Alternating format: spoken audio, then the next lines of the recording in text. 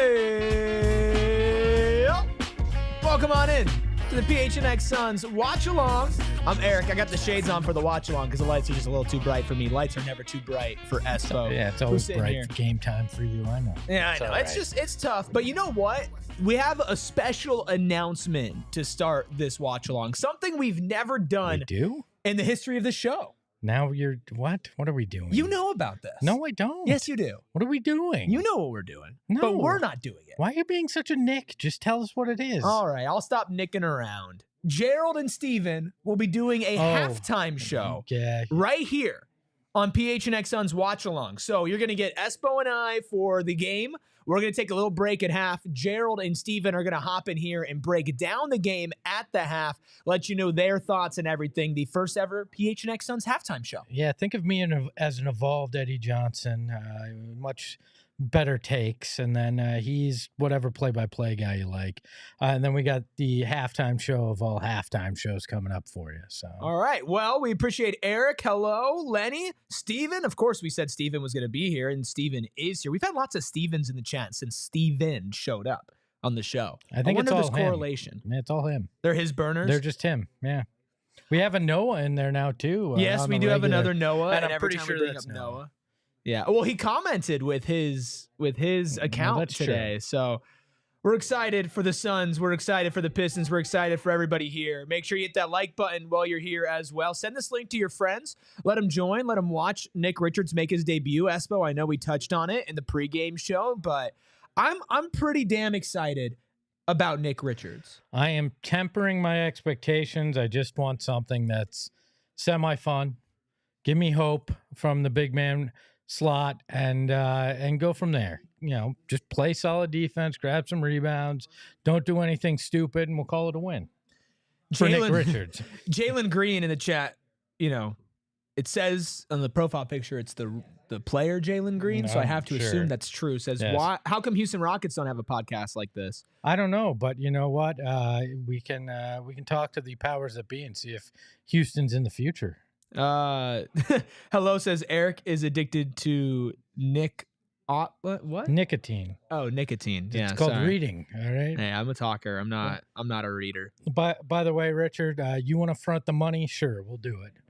We the more the merrier. That's not something that we don't want to happen. Don't be a Richard, all right? Yeah, it's okay. We appreciate you being here, Richard. We miss our friends as well. We know that you guys do too. Let's get this up. We got 42 in here right now, and I'm liking that. I feel like we could get to, during this game, 150. I feel like 150 people in here is a realistic goal. So if you have a friend who's a Suns fan, who's a Pistons fan, who has nothing going on a Saturday afternoon, go ahead and send this along so we can all watch together. Drop your questions, your comments in the chat. Let us know what you're thinking about the game. Give us your predictions on the game. Espo, I know you said Suns by 15. I got to ask. Are you serious? Like, do you seriously think the Suns are going to you're like, this I is think genuine. they're going to ride the energy today of having a new guy there.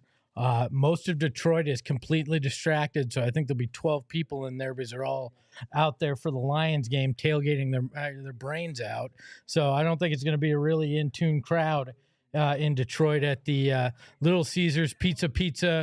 Give me a slice of pepperoni dome or whatever they call it out there in Detroit. So how great would it be if we had pizza right now?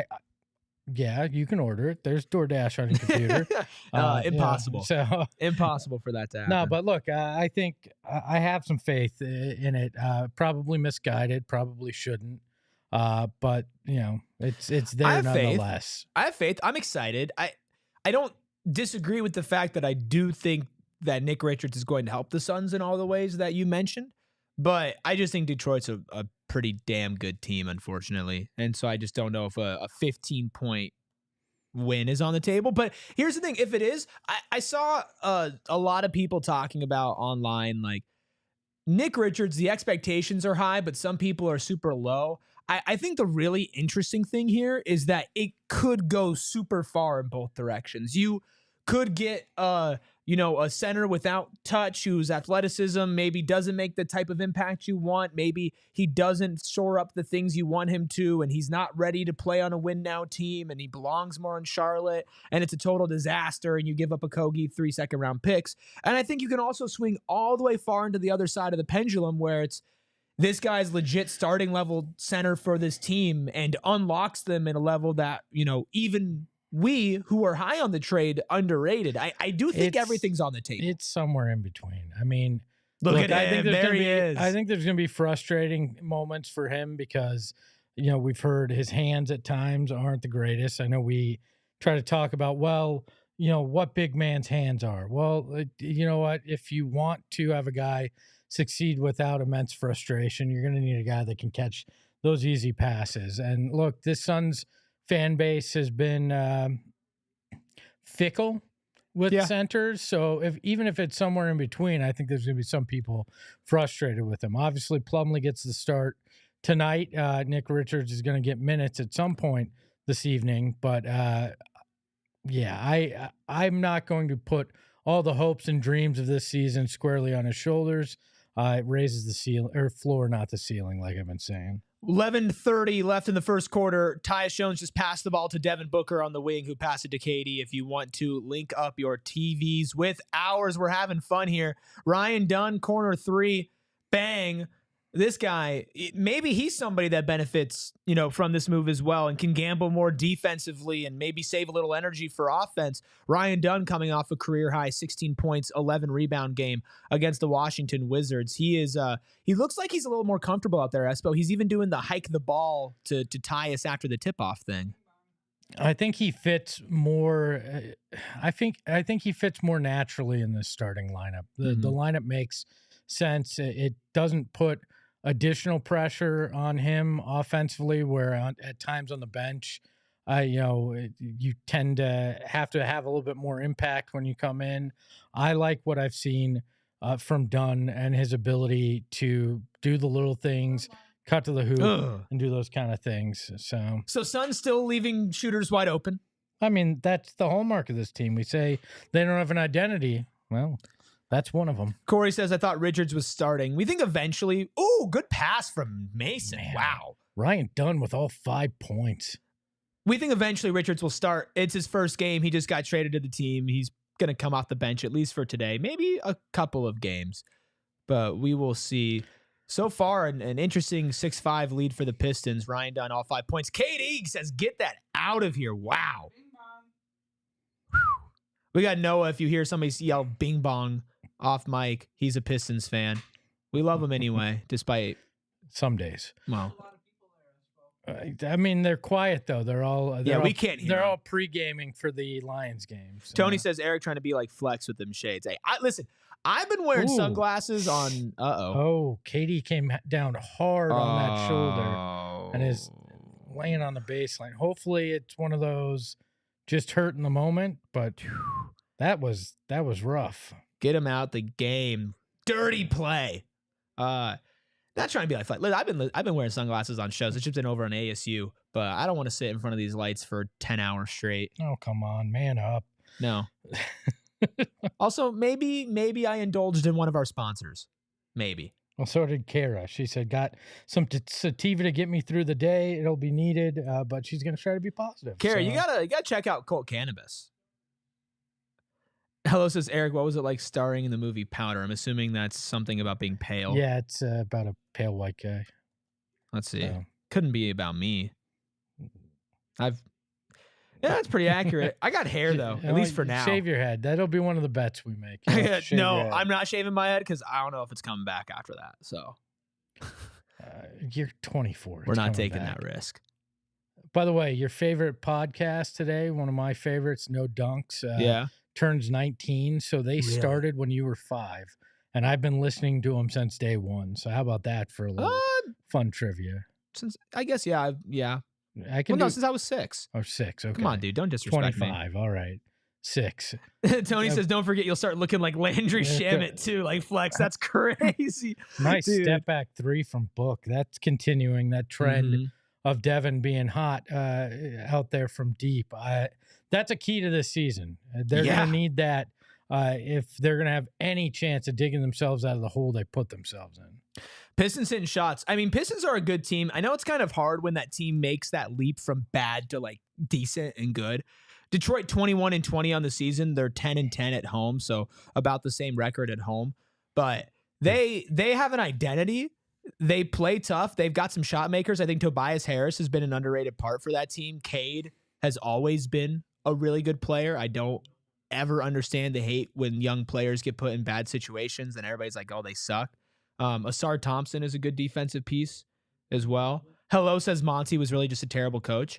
Yeah, I think once Monty was checked out, that's a hell of a steal from Cade. Wow. On KD, you know how high you can throw the ball to KD? And one.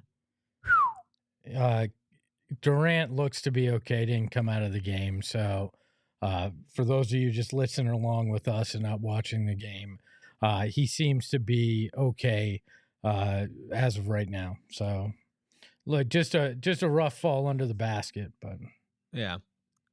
Tim Hardaway Jr.'s carved out quite a little career for himself, huh? He's been around for a minute. Yeah, I mean, you got the pedigree to do it. I think people probably expected more out of him just because of the name, which is never fair to a guy. But he's found who he is in this league and has been playing well in Detroit. At 25 points the other night for him. So yeah, he's gonna be one of those guys that I feel like 20 years from now somebody's gonna bring up nice from Dunn.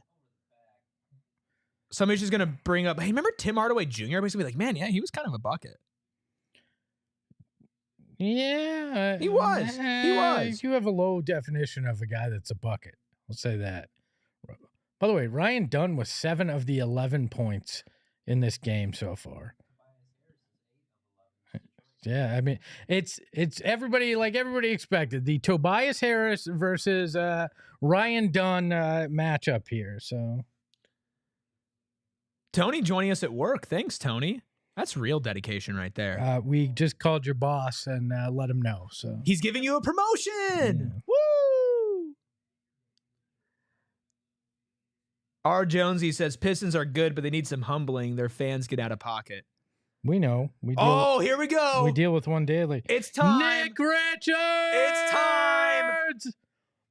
He's here. Look at that box out. Oh, then he got helped Tyus get that rebound. Give him a half. What? He's already having an impact, half a board. Folks.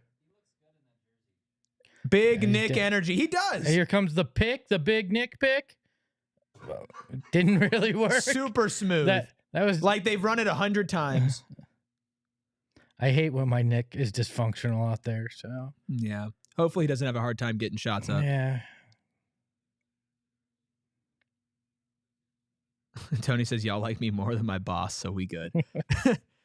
All right, let's see what happens. I think defensively, I'm equally intrigued on both ends of the floor. Jeez. with Nick and what he can do.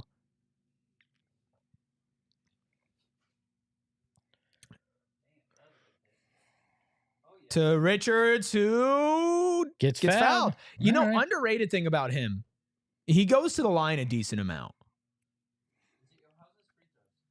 He's okay. He's dipped a little this season, but in seasons past, I think he shot like mid-70s.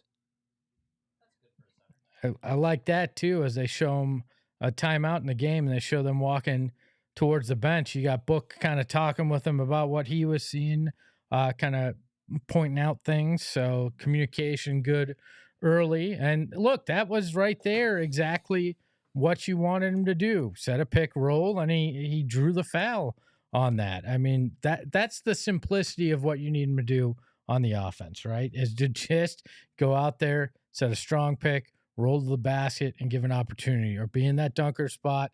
Know you're going to catch it and finish the basket. Like, those things are just the simple things that the Suns center rotation, in particular Nurk and Plumlee early in the season, weren't doing for you. So simple things can lead to simple solutions, but sometimes simple solutions can lead to big results. You know, it's kind of the reason why I'm super excited about all of this, is because I don't think you're going to ask him to do anything that he's not already good at. And those things should kind of snowball for this team. In theory, like, I could be wrong. He could not have that impact. Like, this type of stuff is always on the table when you make moves, right? You always assume something's going to happen. We go into this season, we think the Clippers are not going to be a great team. We think the Suns are going to be a top 4, top 5 team in the West. And those things have switched. Like, sometimes you can see things that make sense and they don't actually happen, and that's on the table for Nick. But I'm really excited because I don't see it to be like far-fetched that all those little things are going to make us more than just a little better. No, when at some point, at least on the, just to go to your Clippers point, we got to stop underestimating Ty Lue and his ability to take guys that work hard and turn them into something more than their talent suggests, at least on paper. So, and what you hope is, again, Nick Richards isn't going to be an all-star or anything, but that his play is enough to raise that center position from a complete negative to maybe just a break even. And that's enough to change the dynamics because of, Booker and KD and Grayson Allen and Beal and the guys that can benefit from that. So all of a sudden, maybe he's not the focal point, but the Nick and roll gets going. So he's getting baskets that way. Yeah. And it just kind of slowly lifts things, right? Yeah. If you're watching and joining us in right now, we are looking at Nick Richards' jersey.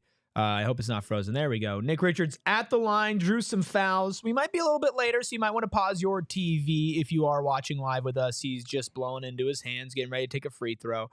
You're seeing his averages for his entire career, just 7 points, 5.5 rebounds. But first free throw is a brick. Awesome. Trade sucks. Trade's over. Mike Budenholzer's going to bench him.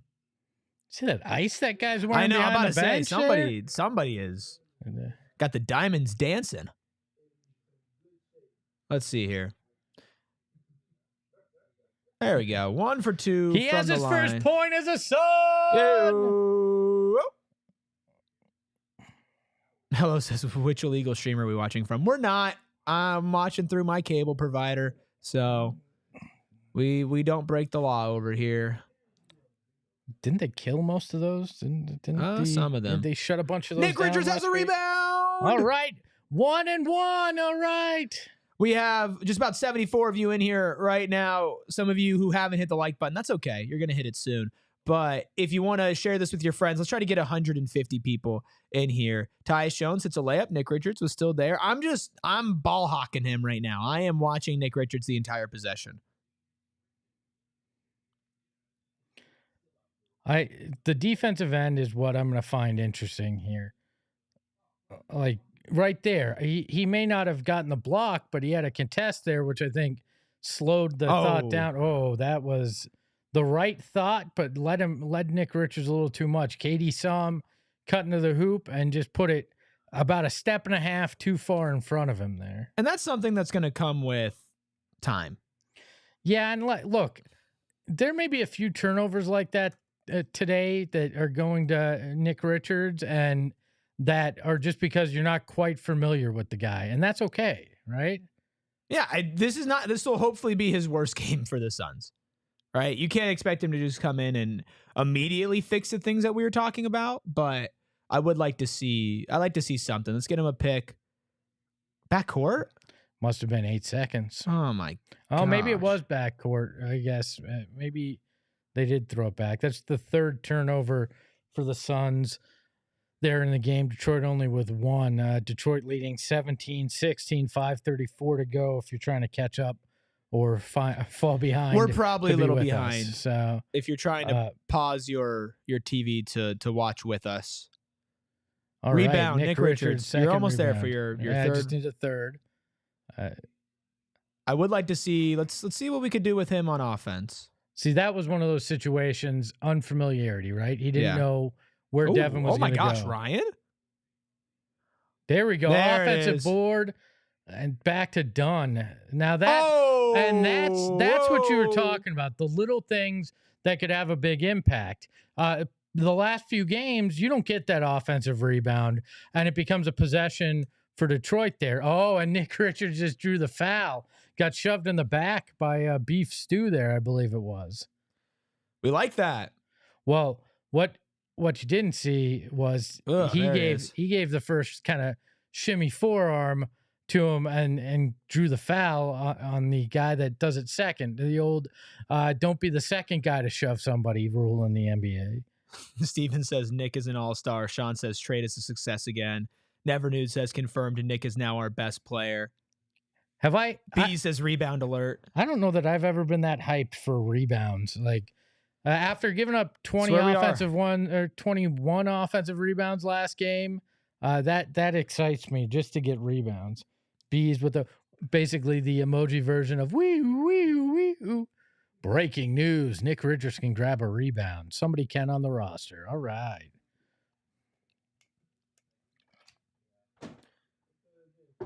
Let's fucking go, Espo. We have a center, kind of. Well, for the right now, I'm not gonna say all is fixed, but it feels a hell of a lot better than it did the other day. So is that the third KD turnover? Because since the ball went to him on the over and back, that counts on him. He threw the one away, and then he just had that hit off his hands. That's 3 of the 4 Suns turnovers. 2 on ESPN so they must not have counted the over and back. That might have been a team turnover then. Not great.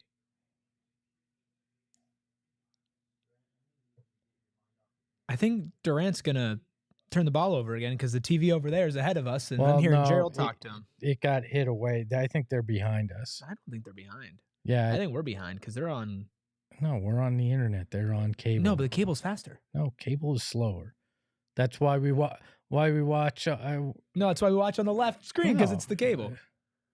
No, the left screen is the over the air. The middle is the cable. Yes. I don't think that's right. Yes, it is. Sorry, right. You guys didn't come here for Espo and I arguing. Oh, Nick Richards blocked it. I think there was a foul prior to that. I love that they two did, and we're just two old men going, no, it's not on the TV. Hey guys, can we get a verdict? Isn't the left TV the over the air and the middle TV's the cable? Yep, no, there we go. It's not Gerald's true. right. That's why the box is in the middle. Steve Keim School Drinking asked when the next PHNX Puffs will be. We'll do one more this month. I'm not sure when, probably sometime next week. But I'll let everybody know in our diehard Discord. Sean says, I'm ahead of you guys, but the on-screen game cast is ahead of me by a decent margin. So this is all confusing then. Yeah. The game, the on-stream game score is telling you the future. We're talking about the past, and you're all in the present. Well, look at that. We got all angles covered. Welcome to now. PHNX Suns, baby. Hey, look, Devin running point right now because Tyus is out, and you've got Royce Grayson, Nick Richards. Oh my God, Okay, he didn't get that board, but he put a body on beef stew and then like shoved him too. I love that energy. Board number 4 for Nick Richards already. I'm not overhyping him. He's doing the little things that you thought he was going to do. Yeah. But I'm a guy that I never was the tallest guy, so rebounding was a full effort thing for me, and I love watching a guy with effort under the boards like this. Nate says, I'm about 60 seconds ahead. KD's turned it over 3 more times. All right. Grayson. I love the aggressiveness from Grayson and dropping it off to Book. Like, with the left hand. That was nice. No jokes? Headband. No, I'm gonna let you go a little bit. We got like 2.5 hours. We're sitting here, and then a post game show. Just a reminder for everybody who's tuning in now, we have Gerald and Steven are gonna hop on for a halftime show. Let's try to get the numbers up in here. Send a link to your friend. Come hang out, watch the Suns game with us. I think some of you are ahead, so I'm That's all right. hearing Keep some watching. things. They just teed up Nick Richards. For what? For though? that For layup. that layup? Yeah. Like, was he bumped into the guy while he was laying it up? I don't know. That's a weird call. Now, granted, we don't have the sound on, so I couldn't hear when the whistle was, but like, that's a weird call to tee a guy up for that. But whatever. First tech too. Let's get it. Let's fill every stat. Yeah, that's what you need. You need your enforcer. Just right? fill every stat. Tarantula, Espro, round mound of rebound. I wasn't quite this big, but yeah, I started the size of a forward in terms of height and never grew. So then I was in a point guard's body, so I had to figure out how to rebound by getting creative. That was always the way I tried to go about it. So, hey, Steven, can you send me that thing again? Like, it's interesting to. Oh, dang! It's interesting to watch just the energy that he's bringing right now. And again, hasn't, filled the stat sheet from an offensive perspective, but he's done enough defensively and with the rebounding to have an impact so far. Stat line right now, 1 point on that free throw, 4 rebounds and an assist, and has that 1 offensive rebound. He's playing well, and that's what you're hoping for, is just get out there and make the battle on the boards closer. Right now, Suns have 12 rebounds to the Pistons 7. So in the first, 5 minutes of Nick Richards' impact with the Suns, he's helped you with exactly what you had hoped he had, and he already hit over the part of the bet that I had him 3 rebounds. 30 cents on the way to your bank account. Right. Hey, a win's a win. Meatloaf says, I'm surprised we're up with how bad KD is playing. You can thank Ryan Dunn for that. 10 points already, following up his career high of 16 points. He has 10 points with 2:40 left to go in the first. He's 4-5 from the field, 2-2 from 3. 3 rebounds to add along with that. No turnovers either. Ryan Dunn has been kind of coming into his own as far as offense goes. Espo, his handle has looked tight. He has looked confident. It feels like everything has started to slow down for him on that end. And that more than any trade could mean something to this team. Well, let me say this to Meatloaf first. I would do anything for Dunn, but I won't do that. Eric's love for Ryan takes it to that next step. I just complimented his basketball. But his handles have been good. His cutting to the hoop has been spectacular. I love that his game is kind of evolving to have that aggressiveness, which we knew was going to have to become part of it, because he couldn't just rely on trying to be a good 3-point shooter, right? Because you knew that was going to kind of come and go. So what you got to do is be aggressive so they can't cheat off you, right? Because if they know you catch that ball and you're going to try to drive, they got to stay closer to you, right? So, and he understands, and that's why he kept shooting threes even when he wasn't hitting. Mm-hmm. This dude's confidence doesn't get shaken. And I bit aside, right? And I might have to do a we're in a safe space bit aside thing on the show, because legitimately, Steve Kimesco Drinking says he's baby Kawhi, and it's an exaggeration, but you do see the building blocks there. And with him, he understands the game, and he understands it offensively. And within his rookie season, we were talking about when he got drafted, if he could be an okay 3-point shooter 2-3 years down the line, if he could just not be the worst offensive player on your team, if he could just not be Josh Okogie, then we can see this guy in the rotation for a long time. If Ryan Dunn continues to evolve offensively at the rate he has this season, he's going to be a bona fide starter in this league for a decade. His defensive ability, and now if he's confident and he could shoot, he's driving to the rim, he's finishing with both hands. That is a very rare skill set to have at his size with his defensive intangibles. It's extremely exciting to see what he could be. Well, I mean, yeah, and the fact that he's becoming what we thought it may take 2 or 3 years to be is probably the most exciting part of the whole thing, right? Is that progression is coming so fast. And look, he didn't start just because it was out of necessity, like a Mason Plumlee. It's because he's proven that he is capable of doing the stuff that this defense needs, right? Mm-hmm. And to your point, possessing enough offensive skill where he's still a threat out there. I'm enjoying everything I'm seeing from Ryan Dunn.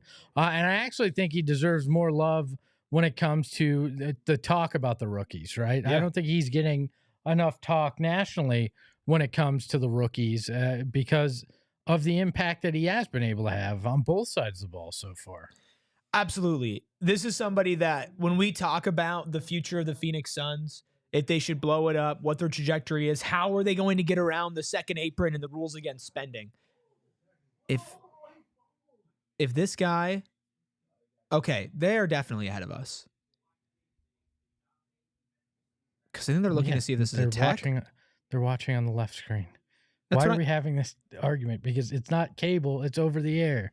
Anyways, enough of the Sorry, this bothers at me. halftime, I will show you. All right, I will show you. All right, let's see here. Book, fadeaway, Malik Monk, I think that is, or Malik Beasley, kind of. He put his hand on him, and he didn't give him room to land. That's got to be a foul, right? Oh, they called a foul. I think they're looking to see if it's a tag. Or I mean that he did kind of shove him. So I don't know, since he was semi-defenseless, what they're looking at. But it's a challenge. So Detroit's challenging it. Oh, geez. Which is insane. I don't know. Like, there's multiple ways that you could call that. Just not giving him the room to land, the shove. There's a lot of Suns fans. I mean, there's 4 or 5 jerseys right behind the Suns bench there. Those got to be Book fans, right? I'd imagine. Meatloaf saying that they're loving Katie and Nick defending in the paint. I mentioned that on our pregame show. I think that's going to be a really impressive defensive duo. And then you throw Ryan Dunn in there.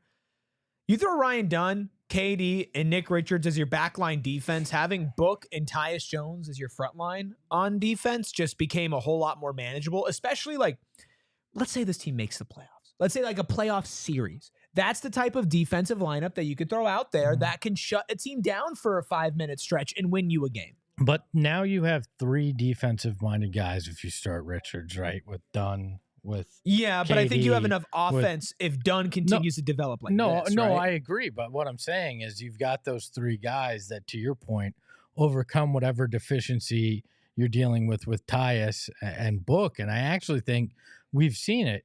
When the team defense is good, Book raises his level when he's got additional teammates that are helping behind him on the defensive side. Now that you've got those 3 guys behind him, I think you may even see his defensive level go up a tick. Which, if you get that on top of having them in the back line, all of a sudden things start to add up for this team defensively. Where last year you were middle of the pack. I mean, what did you finish? 13th in that ranking? You were above. I think you get closer there. But I think you defended above your personnel last year, and I think this year your personnel for defense has been rough.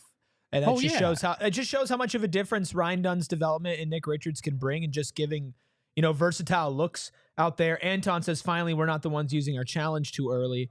I think they won the challenge though. No, they didn't. Oh, they didn't. Book got his free throws. What I'm going to find interesting here is how much of a difference do we see on the defensive end in terms of guys going down the lane with Oso in there rather than Richards, right? Yeah. Offensively, we'll see some smart things from Oso. We know rebounding wise, even if he doesn't get the rebound, he's very good with tipping it out. And trying to give his teammates the best opportunity to get it. But defensively, how much of a difference is it? Because Oso isn't exactly the most intimidating when it comes to down the lane, especially with his size going up against bigger Detroit bigs here. So yeah, I also thought it was a great point. Somebody brought it up. I forget who in our show yesterday, who said Nick and Oso now going back and forth in practice is going to be really good for Oso battling up against a big body.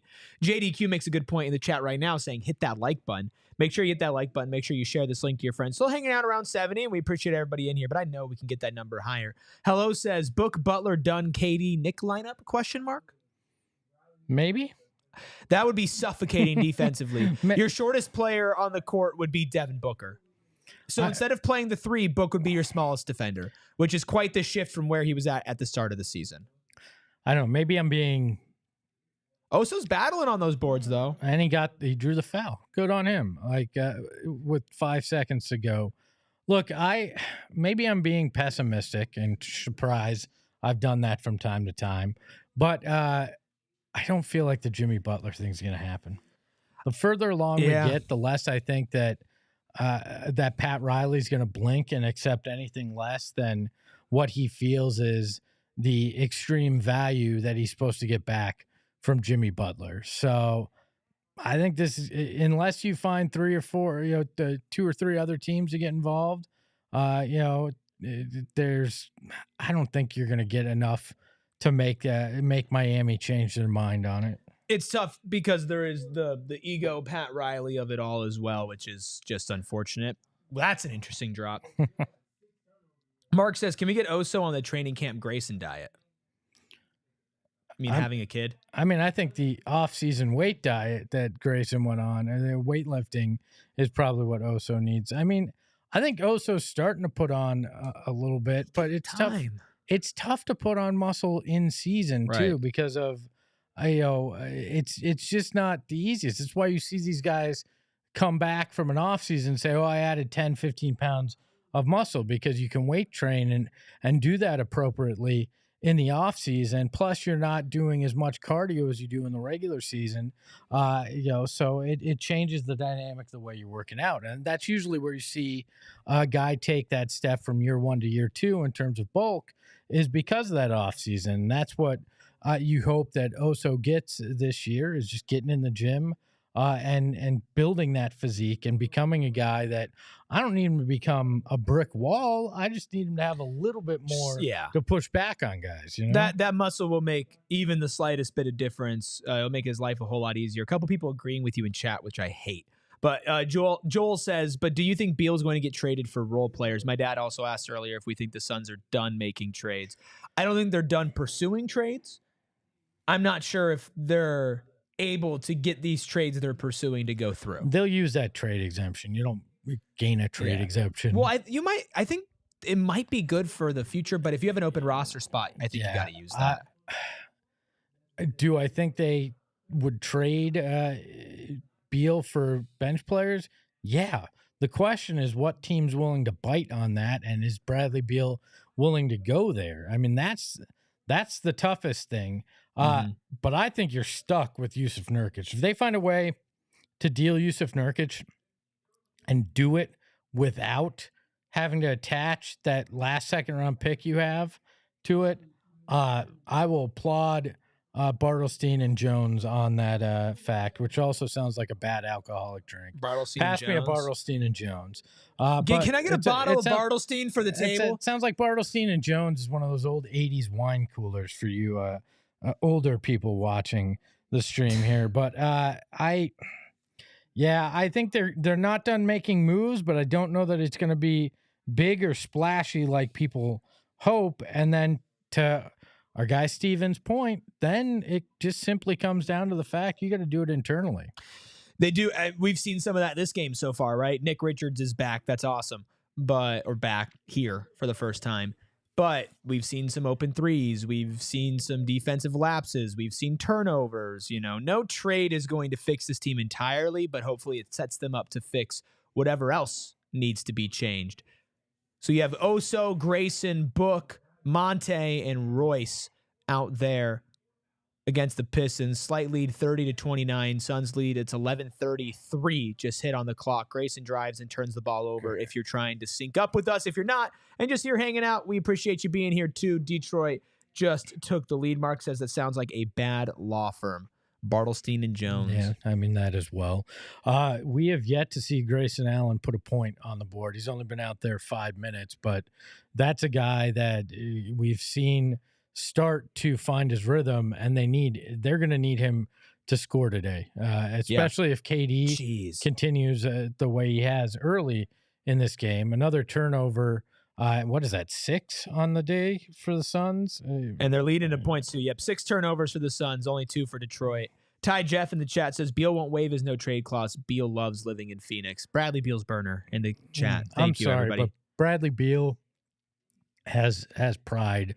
Is obviously visibly frustrated with being sent to the bench, at least when you listen to his post-game comments. If there's an opportunity to go to a city that he doesn't mind and a team that he's going to have the opportunity to be featured in the offense, I think he thinks long and hard about it, because, sure, you might like the city, and I understand his family is a huge part of it, but you also have to be happy in where you're at and what you're doing in your career for that to matter. The city only means so much at that point. Yeah, and at this point, you're only doing it for half of a season, and then you're going to spend the summer back here in Phoenix. Yeah, right? You could keep your roots here. Hello says Orlando's close to Miami, and they are top 5 in the East. I do love Orlando as a landing spot for him. A little teaser for everybody in here right now. Tuesday, we have a live show. We're going to get some trades, some more trade talk on Tuesday, because that's, of course, what we're doing. We also, of course, are doing pregame, postgame show for the Cavs game on Monday afternoon. We're also doing a watch along. The Mortgage Beef Bowl watch along right here on PHNX Sports. If you haven't already subscribed, it helps us out so much. Even if you view all the shows and you're not subscribed, just hitting that subscribe button, it doesn't change your life, but it could end up changing ours. So thank you for doing that. And all of you hitting the like button as well. It seems so trivial, and I know I bring it up a lot, but it genuinely helps us as Ryan Dunn checks back in 10-16 left to go in the first half. You've got Dunn, Oso, Grayson, Monte, and Book out there. The Suns are battling the Pistons. Cade Cunningham drives, bricks, board. Back to the Pistons. You know, it's kind of funny is UWM's a big sponsor of the Detroit Pistons, which means that Matt Ishbia's money is going towards, taking on his own basketball team here. I guess it pays to have a lot of money in 2 professional basketball teams. Another wide open 3, 36-32. Book. Oh, Book gets fouled on a 3. Book's been launching those 3s, man. Yeah, but they don't feel forced like some of them felt early in the year, like he was just trying to follow Bud's system. They now feel like they're in rhythm, and I think that's why we've seen him start to really get in the flow here. We've seen vintage Devin Booker offensively, and tonight sitting at that 13 points before these free throws here. This is what you've come to expect from him. And the fact that the slow start was there and it came at a rough stretch for this team, I know was difficult for fans, but this is still Devin Booker here. Yeah. Kevin Durant not looking like vintage Kevin Durant today. 3 points, 1 of 6 from the field, 0 of 4 from 3. 2 blocks and a steal, though, but also 2 turnovers to go along with that. How about this on the screen? For as rough of a season as Devin Booker's had, he is now second in the longest consecutive game streak with 30 points or more in a game. He has 4. Shai Gilgeous-Alexander has 5. So if Book drops 30 today, I believe that puts him at that tied for it. So. Shai's done it like 4 times. Yeah, I mean, Shai's in the top 5 4 times. But yeah, it's impressive. And that's why I think we were also, oh my gosh, stupid fouls. Frustrated. That's why we were also upset with Devin Booker at the beginning of the season. Yeah. Because we knew that he could do this. And now he is. So it's fine. But yep, foul, turnover. Sorry to this team. Could you imagine the backcourt of Devin Booker and Shai Gilgeous-Alexander? That literally was this close to happening. They had the deal with the Clippers all done, and I think it was the Clippers that they were going to deal up with. The Hornets drafted SGA, and they traded with the Clippers on draft night for the Miles Suns Bridges. were going to trade with the Hornets instead of the Clippers, and that's when the GM got overruled, and they wound up taking Mikal Bridges later on, which worked out in its own way for sure, but.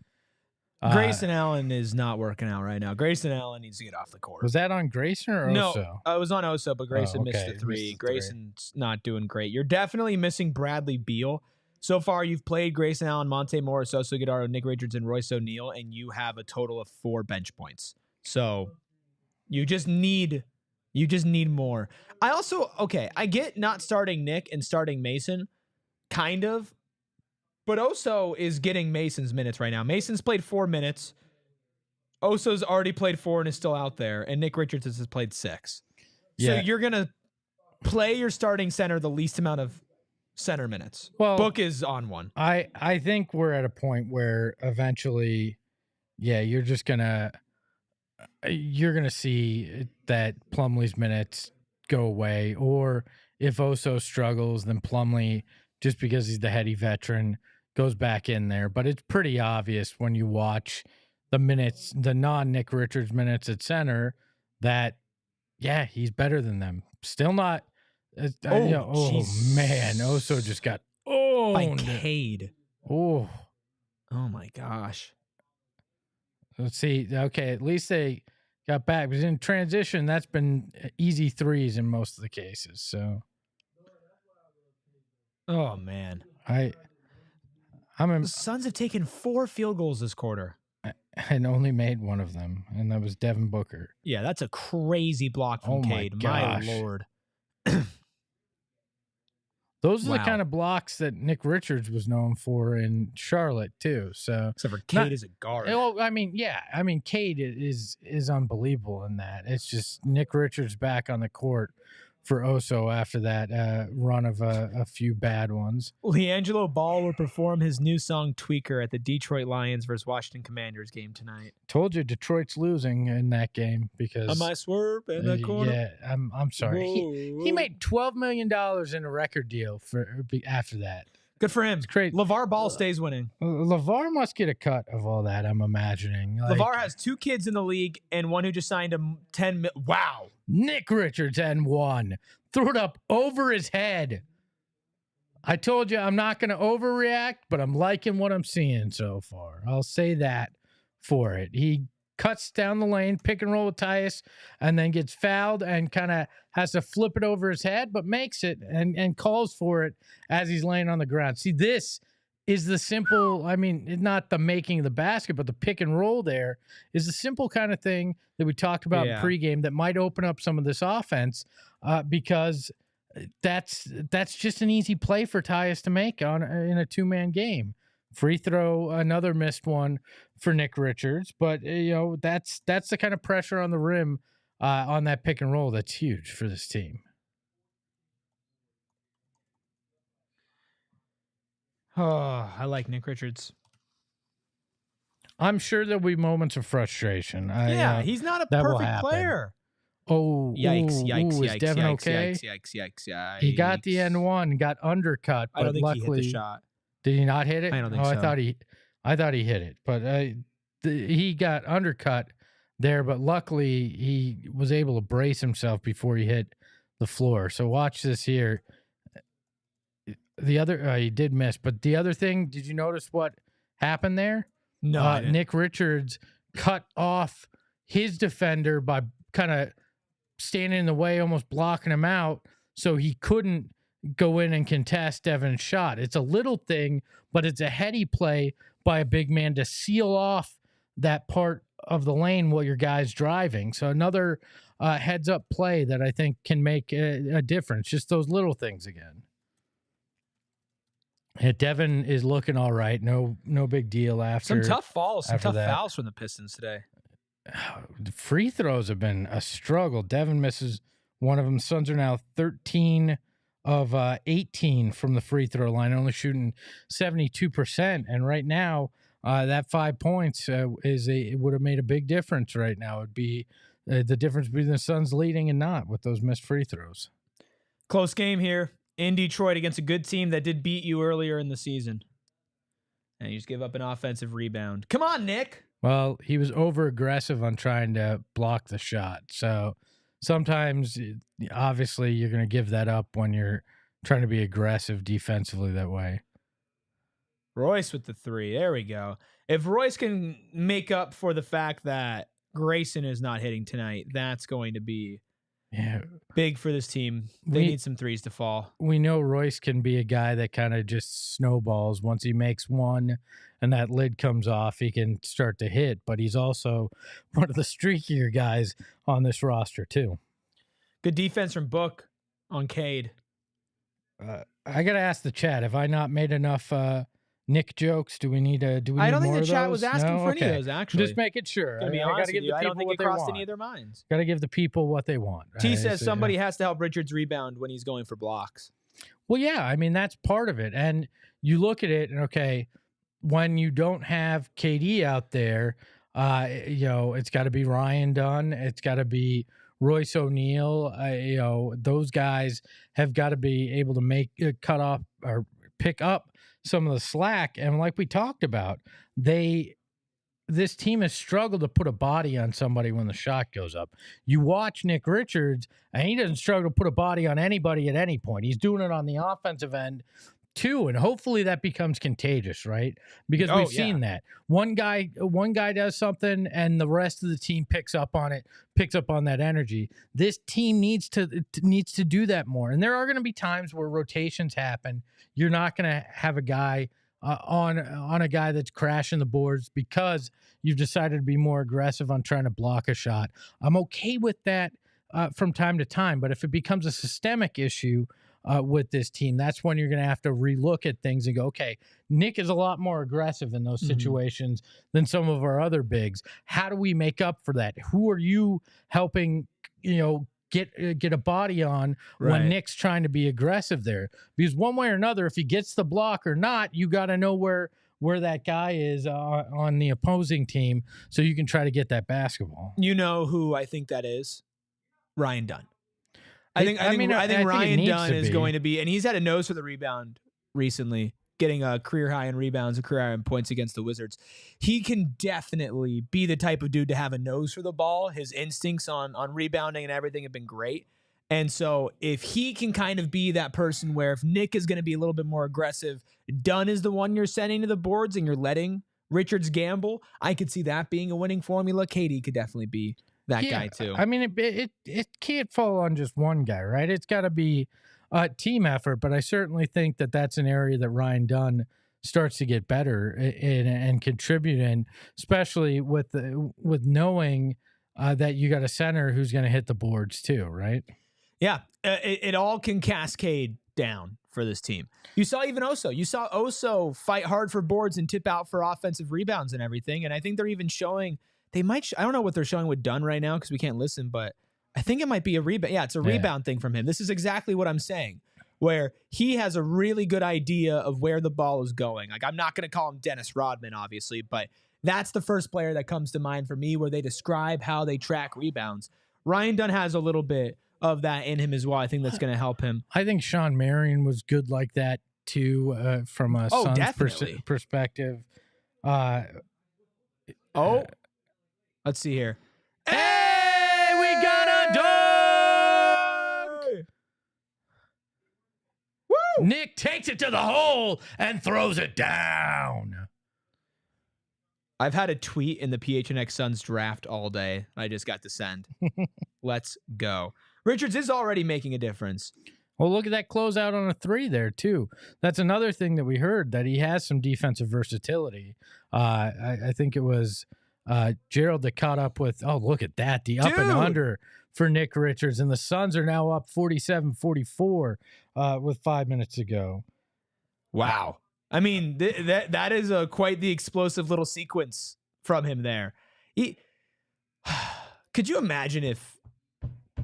Okay, I don't want to say it. I'm not going to say it. I'm not going to say it. Don't go overboard. I'm not going to say it. Don't go overboard. This is a good first performance. He's making the difference on the little things. That's a play where last game it goes the other way for Detroit, right? And it changes what's going on in terms of the play there. And the basket was beautiful. That layup was beautiful. How many times have we seen Mason Plumlee have the ball in that spot and not even look at the rim? He would have gone under and then tried to throw it backwards and throw it down backwards. Like, look, but again, that's a position too where we've seen Nurk get that ball and it hits his hands and he fumbles it and he doesn't complete the layup. And it again, little things that Nick Richards can do for you will add up to so many bigger things down the line. Chat is on fire right now. Steve Keim, School of Drinking, Todd Packer, JDQB guys, Mark Solera, Cara, Meatloaf, Joel. Hello, says Erica, help you. Zaza Pachulia was a championship starting center.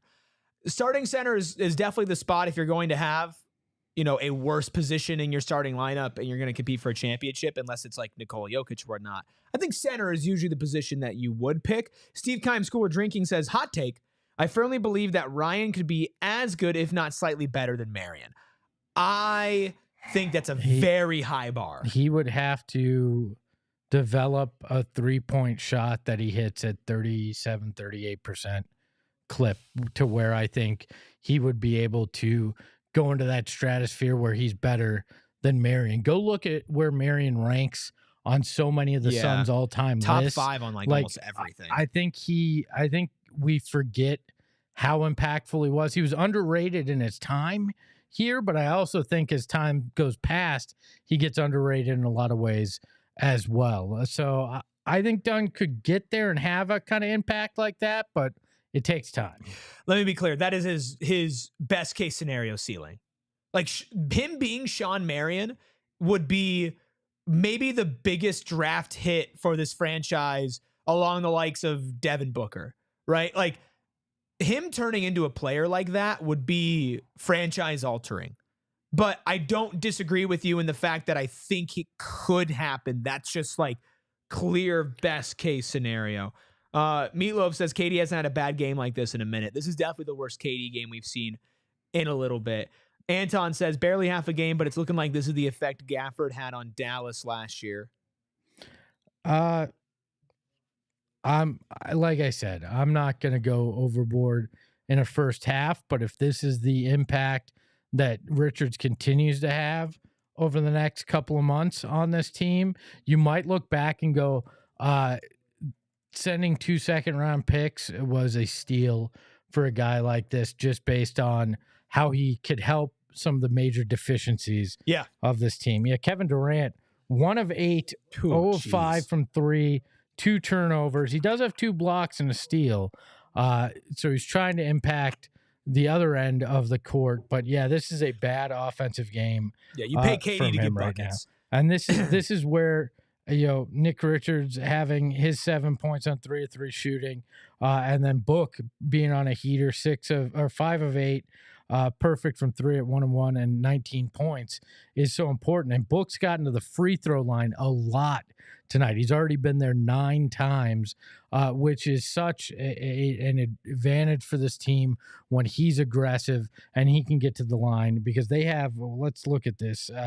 They have 12 more free throw attempts than the Pistons right now, which equates to a big reason why they have the lead here late in the second quarter.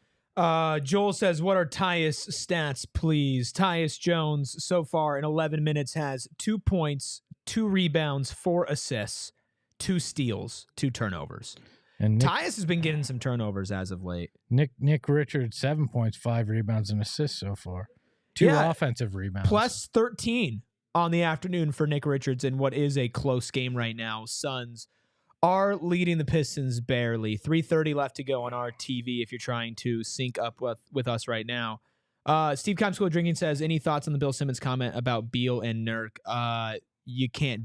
Whatever Bill Simmons said, I didn't listen to the whole thing, but I saw the response. It was not something you could do under the current CBA rules, so I would not put any weight into that. Yeah, Bill loves to just throw things out there. I've been a fan, but Bill's got takes. Yeah, I mean, and sometimes they're just that. They're takes. They're not based on anything, and they're not based on the reality of the way the rules work as well. I did watch, was it Melo's podcast, where he was talking about the mentality of being a 6-man and instead of being the third wheel with guys like Book and Beal. I think that's something to get into next week on the show, but I found it, if you haven't watched it, I recommend it. It was very interesting, his perspective on that, and how, if I remember correctly, that being a 6-man actually might be the best thing for Bradley Beal with this team, and for what could prep him for the rest of his career, which is interesting hearing Melo say that, because that's a guy that had to go through that phase in his career where he wasn't the man anymore. He had to accept that he was gonna, if he wanted to continue to have a career and an impact, he had to do it in a different way. It definitely could help Beal. It's just tough because Beal has to accept it, and the price tag makes it harder to accept in a multitude of different ways. But it definitely feels like off the bench could be a role for Bradley Beal to extend his career a couple of years. Not that he's close to it ending. He's still a good player. No, but I think you could find a reemergence of being just as impactful, but in a different way. And sometimes that's important. Like, and I get it. There's a stigma. These guys have all probably started their entire lives. You don't want to come off the bench, but like Devin Booker came off the bench at Kentucky. He unlocked them. Like he brought a different and a vital look for them offensively. Good players can come off the bench and really help teams. Anton says, not trying to go overboard, but it seems like Nick's also being quite vocal on the defensive end. That's something I haven't really noticed from the team in any game so far this season. No, they've struggled, and they've said that. I mean, they've talked about communication being a major issue for them, and it's important. You got to communicate on the defensive end, especially when you're not good individual defenders, right? Yeah. If you're not communicating where guys are, where the pick's coming from, what kind of, if you're going over or under on the screen, like, you have to communicate that kind of stuff. Yeah. And it sets everybody up for more success defensively.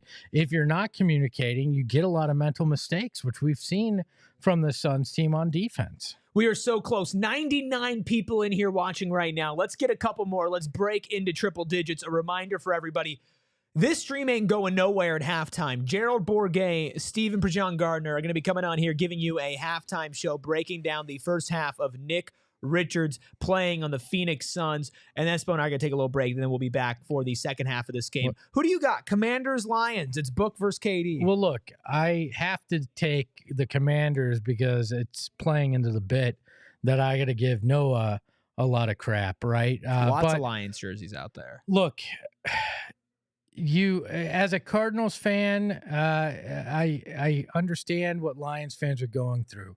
They were the doormat of the NFL. All of a sudden, they're one of the best teams, if not the best, in the NFC. But there's that little voice in their head that is, how are we going to blow this? Are we really this team, or is this just some mirage? And a team like the Commanders with a athletic quarterback like that, I'd be a little worried. But I want to know, what do you think that KD and Book should actually bet? I don't know. I think they might have talked about it on the broadcast as Nick Richards. Is that the line? I think they should bet the fake Twitter thing that ended up being fake. I'm going to put a poll, Lions or Commanders. And I want to see what chat thinks. Kara says go Lions. I think if I were a Book, I'd be like, Katie, you have to shut down your Twitter account for a month. Yeah, hit him where it hurts, right? Then all of a sudden we're going to see a bunch of burners pop up. Oh, they're already Nick out Richards there, at the I'm line. sure. There's another one. That stroke looks good from the line, man. Like he looks smooth. Mr. AZ says I want to see Cliff win.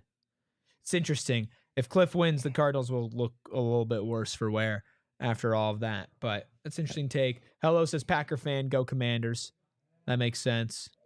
Mr. AZ, I'm not leaving. I'm not going anywhere. At halftime. Oh, at halftime. Oh, well, Gotta take a break. I mean, you gotta pee sometimes or get some food. Like, a lot of pee talk on the show this week. This ain't the draft show where we sit here for 5 hours, which I legit did. I did not get up once during our draft show. I didn't get up either. I was just behind the mat. Mr. AZ, I don't know that I want to see Cliff win. Oh, stop going for Katie's legs. I don't want to see Nick. Oh, he tried to dunk, missed, and it went in. That's how the semi-charm kind of life that he's like, ooh. Nick has no problem with shoving guys. He can be the enforcer. I kind of like that he's just like, you know what? If you're gonna try to slam into me, I'm gonna give it right back to you. Like, just dude, sit your love ass that. down. Everybody who was saying, "Oh, and Kara says Nurk would never. Oh, Nurk's fight against Najee Marshall was the type of energy this team needed. No, that's the type of energy this team needed. That's really what an enforcer does. Give me that big Nick energy. They call something, or is that a bucket? That's a bucket. It's there a bucket. you go. Look, yeah, I 11 and 5 in the first half. All right, like I just. Yeah, was that a dumb foul? Sure, but it's also a tone setter. And he just got a block. Oh, I think they called that on Dunn, right? Under him, under Cade there. Yep, dude, I am all in. I am all in on the Nick Richards experience. I am extremely optimistic about the Nick Richards experience. I could see where that aggressiveness could lead to some dumb fouls or dumb things along the line, down but the you line. live with that. But You no, absolutely live with that. I agree, and it's not in the Nurk realm of I'm gonna start a fight because I'm gonna start a fight. But it also it gives you a little bit of that edge, which we said has been missing. By the way, update on my bet from pregame. Book has 0 assists, which I need him to have 3. KD has 6 points. I need him to have 15. Everything else has hit so far. That 80 cents might be tougher than I thought. Book might not actually get those 3 assists today. That would be crazy. If I lose a minus 800 bet, I think I'm done in our betting. I think I'm you just like have to legit retire. Done. You just have to retire. I will just say, no, you have to be Ryan Dunn. I'm good, dog. I'm out. Like, Lots of dog talk. Book with the that's when you know Devin Booker is feeling it. When he gets that 1 foot step back jumper from about 18 feet, that's when Devin is feeling it. He hit it from free throw line extended. He has been smooth.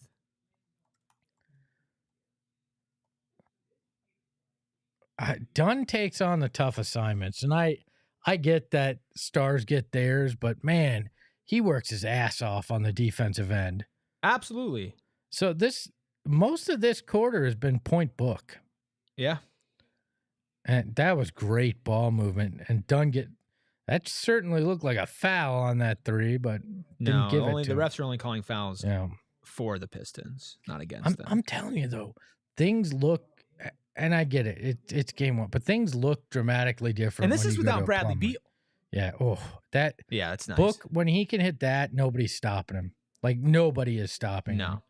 I'm also gonna be really pissed off because I had the Book scores 45 or more for the game at a plus 1600. Was gonna send it in and then said, "Nah, I'm just gonna go for the easy win. I'm just gonna go for the simple win for the bit." And I'm gonna be pretty mad here. Not that anybody cares about my betting for a show, but that's gonna frustrate the crap out of me. I care that you lose. I know you do. It's real nice. It's covered up for my terrible ass betting all season. I think we have to call Nick Richards fans Nick heads. Yeah, it's good. I'm all in on the Nick heads. Man, you just can't get enough of that Nick. Sweet Nick.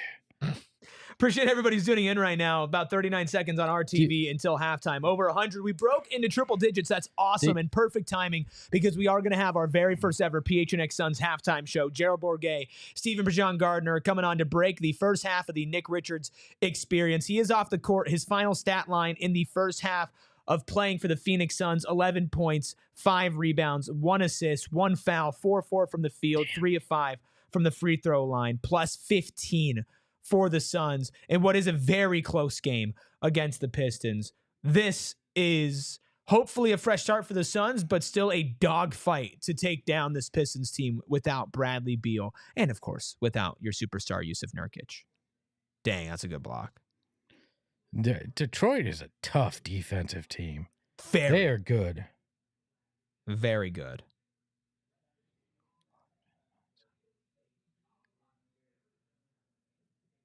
Two seconds left for us. Nobody go anywhere. 111 of you in here right now. Stick around for halftime. Woo, that was not close at all. Richards is dominating the game, says Xavier. B-Guys90 says Pistons are better from last season. Mike says Book is a turnover machine. B-Guys90 also says can't wait for the halftime show. Book is a turnover machine. The dude has what? One of them in the first half? He has 23 points in 21 minutes. He's 7 of 11. 1 turnover. How is a turnover machine? Give me a break. Yeah. Like people, okay, I'm going to guess, I think I know who he's a fan of and why that's being said. But let's take a quick look. 23 for Book, like we talked about. Nick Richards, 11 points, 5 rebounds, and an assist. Noah's sweating it over there as the Suns lead 61-60, and we're going to hand it over to our halftime boys, SPG, and our friend Girth. Gerald. No, I was deciding whether I was going to go Girth or Gerald. So we will be back for the second half.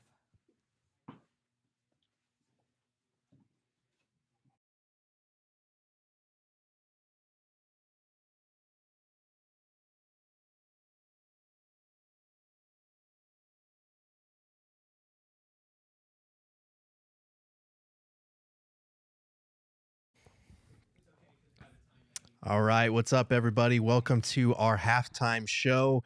Espo and Eric obviously doing a great job with the watch long in the first half. Steven and I have been tuned into this game, distraction-free. Yeah. Steven, your first impressions of our first experience of Nick Richards? I think he's a puzzle piece. That's something we both have spoken to in our own different ways. But puzzle piece being, we talked a lot about Ryan Dunn and his drives of late, especially going to his left. He's able to put pressure on the rim now, and because he's able to engage the opposing center, Nick Richards and his offensive rebounding prowess works in tandem with that. Ryan Dunn misses a layup. Nick Richards is able to trail, and he ends up having Ryan Dunn's matchup switched onto him. Discards of that little fella, goes and grabs the offensive board and puts it back in and gets back on defense. And it's like instances like that where it's like the pieces just working together the way that they want to, and that motor is everything. Yeah, I liked a couple of things that I saw in that first half from him. I feel like the offensive rebounding that you pointed to was one of them. Yeah. There were a couple of instances where Ryan Dunn, and I can't remember who the other player was, I think it might have been Book, they fouled him, and Richards got a piece of the ball afterwards. Yeah.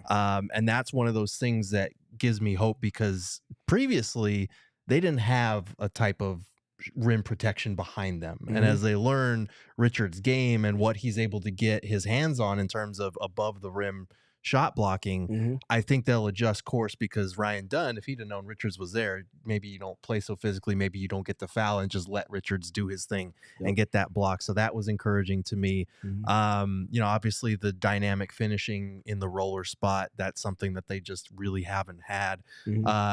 I mean, he came in there and he gave them a great first half. I think we all were saying like 8 points, 7 points. I think Ruby said 10. He surpassed all of that. 11 points, 5 rebounds in the first half. Team high plus 15 in 13 minutes. Didn't miss a shot from the field. 3 of 5 from the free throw line. That's the other thing. He is in the 99th percentile in shooting fouled percentage, according to Cleaning the Glass, which means he's going to get there quite a lot. Just has to knock him down at a little bit higher clip. And that's on both sides of the ball, his presence being felt. It's something that the Suns have not had at center this whole season, and for significant parts of last season, with him just doing what he does, just being a big guy, being an athletic guy, and just being active, figuring out ways on the margins to impact both sides of the ball. He's doing a great job with that, and I think in a game like this one with obviously Jalen Durant, but also Isaiah Stewart behind him, you have to bring a requisite level of physicality and activity. Otherwise, you're going to be outworked. And the fact that he obviously hasn't been outworked, the numbers match that. And optically, you can see his impact and feel it. I think it's a big sign in terms of the team getting the player that they needed, and that player being able to deliver to those extents in time on task. Yeah, and I think you touched on the physicality there. There were a couple of examples. Okay, one, that technical was terrible. That was crazy. What was that? Yeah, that was crazy. I feel like that was an example of the ref not seeing what led up to the moment and just kind of seeing the shove and giving a tee. The bad boys Pistons are rolling over in their graves watching that type of thing. But he also had that other play on the other end where Paul he Reed. just shoved Paul Reed and he went to the ground. I love it. Tell me why you love it, Steven. I love it because he's big and he knows he's big and he plays to his big traits. He's not hiding them. He's not trying to finesse things. He's being big. If you're going to play a center position against him, you're going to have to be physical. And if you're not physical and strong, he's going to push you off the spots and he's going to continue to dictate to you rather than reacting to you.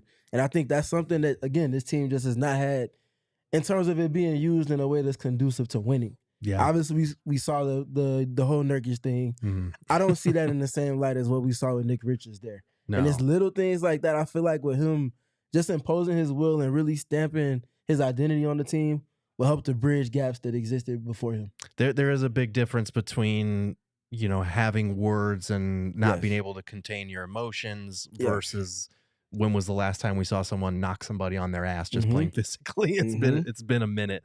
So yeah, that was about as refreshing of a first half as I could have hoped for.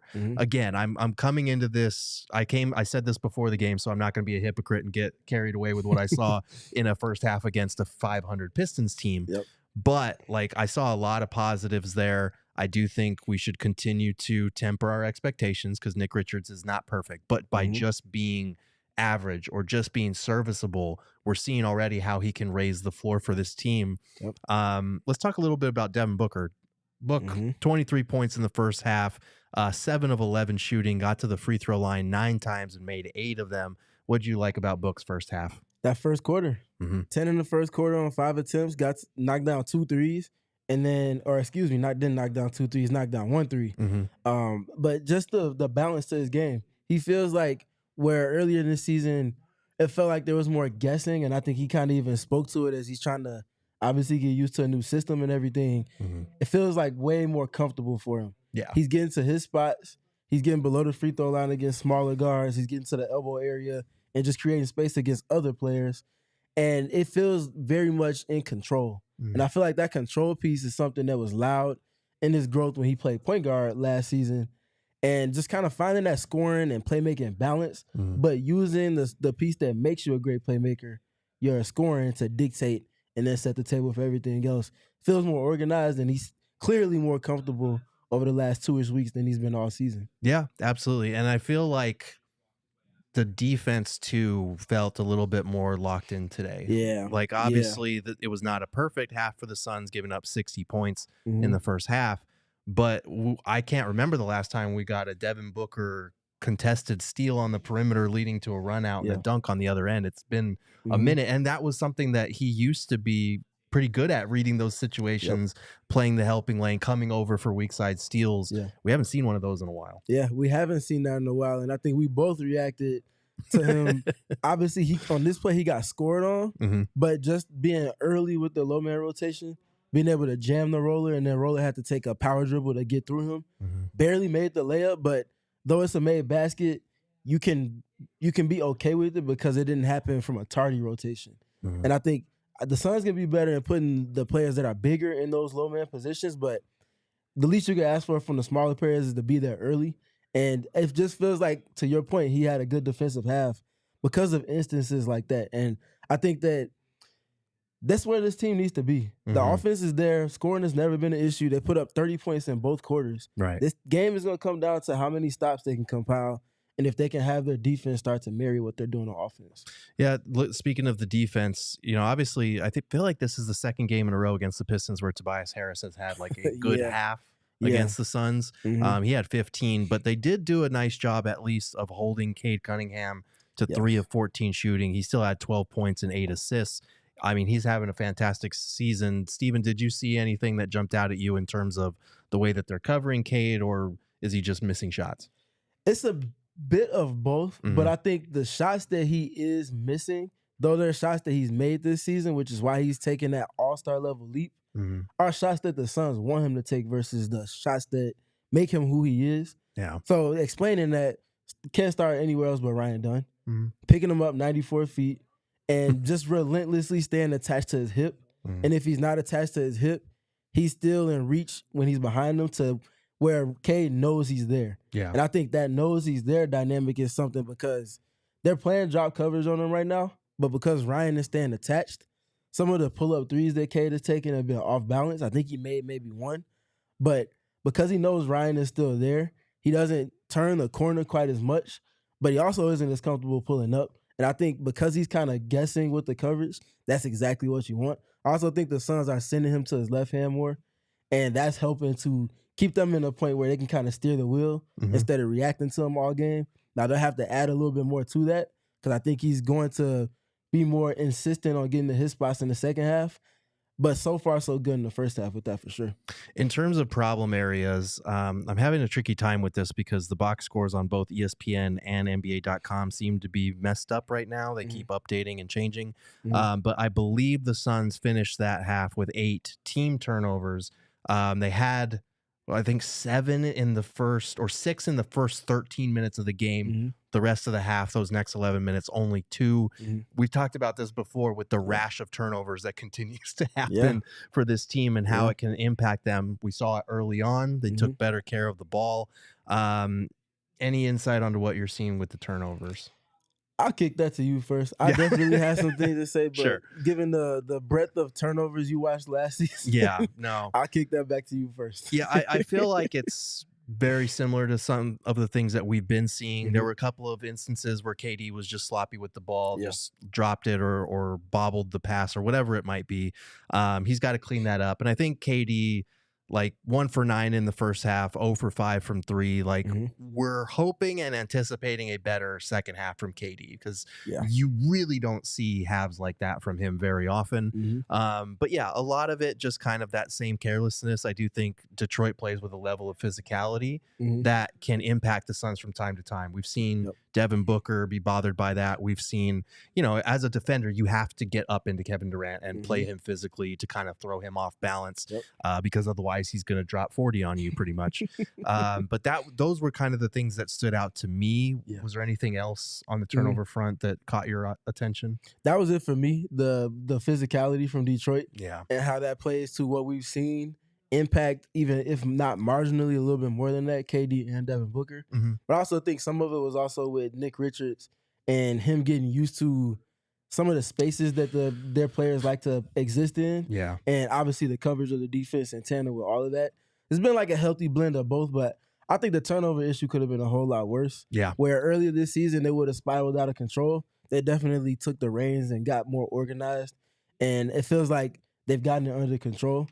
In the second half, though, I will say I will watch out for Detroit up in the ante on the physicality. Last 2 games, we've seen teams with KD specifically in the post be overly physical and also be overly committed to not letting him get clean post touches. He hasn't really had many in this one. I don't think Detroit's going to let him, but I think the Suns are going to try to get him. So watch the back and forth there with that. I'm curious to see if Bud sticks with Mason Plumlee in that kind of starting role by name, because with that physicality likely being increased out of the third quarter, you could use a sturdy screen setter like Nick Richards, a physical player, to create some space for your advantage creators with Booker and with KD. I would hope to see that. I don't know if we'll actually see it. Mason Plumlee played for like 4 minutes, got pulled. We saw Nick Richards for an extended stint. Oso came in. We didn't really see Mason until kind of near the end of the second quarter, and that was only for 2 minutes. So I am curious to see how Bud chooses to approach that whole situation. Anything else that jumped out from the first half before we kick it back to our guys as the third quarter is approaching? Yeah, I would look out for Nick Richards and his minutes total in comparison to Oso and Mason Plumlee. I feel like he was the only big that dictated to the physical Jalen Durant and obviously Isaiah Stewart in tandem with that. They're going to need that if they're going to win this game, and I think he's going to have to come up with some timely rebounds within all of that as well. Yeah, absolutely. And I would like to see another pump fake from Royce O'Neal, because that one that he had might have been my favorite of his. He was wielding that ball like a lightsaber. It was fantastic work. That's going to do it for our halftime show. You can follow Steven on Twitter at StevenPG3. You can follow me at Gerald Bourget. And with that, we're going to kick it back over to Espo and Eric Ruby for the second half. Thanks for tuning in, guys.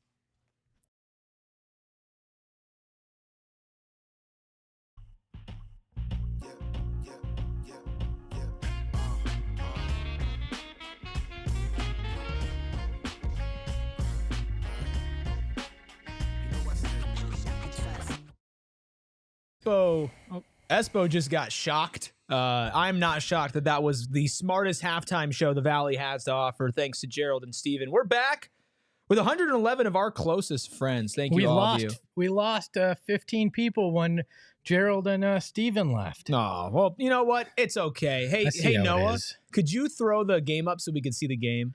I would appreciate that. Thank you. B-Guy says, great halftime show. I totally agree. I was just off camera listening. B-Guys also says Katie needs to step up. Money Mac says, think a trade will happen soon. Probably thinking about a Jimmy Butler trade. Oh, I forgot my sunglasses. I don't know if like I said in the first half, I don't know if a Jimmy Butler trade is happening, but I certainly think that they're not done trying to improve this roster. There you go. Like in a multitude of ways. So KD with another block. KD's been good defensively today. Offensively, you need so much more out of him. Starting with Mason Plumlee back out there instead of Nick Richards. KD, there you go. Hit the bucket. We'll see if maybe Book had the first half, and now it's time for KD to have the second half. What's your biggest key to a win? It's a close game. Keep playing aggressively on both ends of the court. Like that's what that you're gonna have to do against this Detroit team. They're good defensively. They're finding their stride offensively as a younger team, and aggressiveness has been such a key in the first half. And you're gonna have to find a way to play even in the non Nick Richards minutes, because it's been very different. This team, when it's Oso or Plumlee, compared to what Nick Richards is doing. That's not overinflating or overhyping him. It's just they have played differently, both defensively, in particular defensively, but offensively as well. And when we've seen this team struggle with their rebounding, and their ability to protect the paint, that's what Nick Richards has done so far in the first half. Very excited to see what he does in his second stint. A plus 15 is just insane for what was a 1-point game at half. Detroit's come out firing. It's 10:25 right now, 10:23 on the clock. Devin Booker almost turns the ball over. Ryan Dunn passes out to Tyus Jones. If you want to sync up your TV with us, let us know who you think is going to win this game. Do the Suns pull it out in the second half? Appreciate everybody. Mason Plumlee dunks. That's the Nick Richards effect. Just please don't have a typical third quarter from this season. Like, I don't care. Just keep it close. Well, that's a layup. And play hard. Oh, wow. So that's what I need here in the third. I need some book points, some Tyus assists, and a Suns win for me to hit my bet. That is tough. Yikes. An air ball from Book. See, I said I want the team to be aggressive, but I don't want Book to get in that point where he gets that tunnel vision, because he had such a good first half. And not forget about his teammates. Like that's another big key here too. Especially because he is such a good facilitator. He can be one of the best facilitators in the league. We saw against Washington, though, his really hot start, and then him that entire fourth quarter.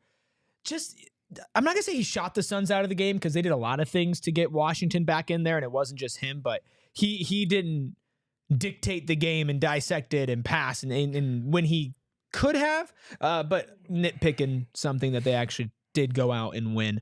Let's hope that they can string together another win here against a much better Detroit team, right? You kind of forget about that Washington loss if you pull off a win today against, a 500 Detroit team, but a Detroit team that plays into a lot of your weaknesses. Didn't they beat Washington? I'm saying they... Did I not say that? You said loss. Yeah. No, well, it felt like a loss. The fourth quarter, that was terrible for sure. Dead ass going into that post-game show, I was bracing for the loss music. I was and then the sexy sass. Yeah, then Mark said Washington loss. It felt like it, Mark. True. Oh, come on, Tyus. Somebody said it should have been the trashy trumpet, which That's may fair. have to come out for Buscemi. All right, get Nick Richards back in. I've seen enough. Yeah, look, that Durant's too talented for Mason Plumlee at this point in his career to go up against. Like, again, this is why just simply raising the floor of your center play is so important, because right now it's about as far down in the basement as it can be when Mason Plumlee is your starter. But we saw when Nick Richards came in that was able to put it at a passable level. I mean, more than that at times in that first half, but it is a stark contrast from when he's not out there right now. I've seen enough. Thank you for your service, Mason Plumlee, but I've seen enough. But that's why I think they might actually go after another center too. I know people are like, "What? Do you want 5 centers on the roster?" Well, no, you but have to do something. I'd like 3 serviceable ones, and right now you got maybe 1.5. 2, depending on when Oso. How Oso's playing in a game, and that's a tough one for Katie. That one should have been automatic. That about sums up his afternoon. I can't help it. Doesn't matter. I can't help it. It sums up. It's this night game. there. Actually, it's not. It's afternoon there too. They're 2 hours ahead. 5:30's night. No, do you consider? Are they east or mid? God, we are going back into this old man discussion. Yeah. It's okay. It's what the people want to hear. Let's see. This is why people tune in. I'm going to go to the Googles and say time in Detroit right now. I think, Goga. I know we talked about Goga on yesterday's show, which, by the way, a lot of you liked yesterday's show. If you haven't seen it, it's still evergreen. We're talking about what the next moves could be for the Suns now that they've traded for Nick Richards. Go ahead and check that out. Obviously, we don't have a show tomorrow. We'll be back with a pregame watch along. We will. Post-game There'll show. be an emergency pod stop. because it's the first time Gerald's trying to watch TV. I need an in off a day month, too, so, man. Oh, there we go. Nick Richards back in. There's no off days when you serve the people like I do. So let's keep this train rolling. 4 fouls for Mason Plumlee. I'm okay. He can foul out. That's all I care about right now. Let's see what happens with Nick Richards now. Attack the paint. Nick Richards alters the shot. Offensive board though.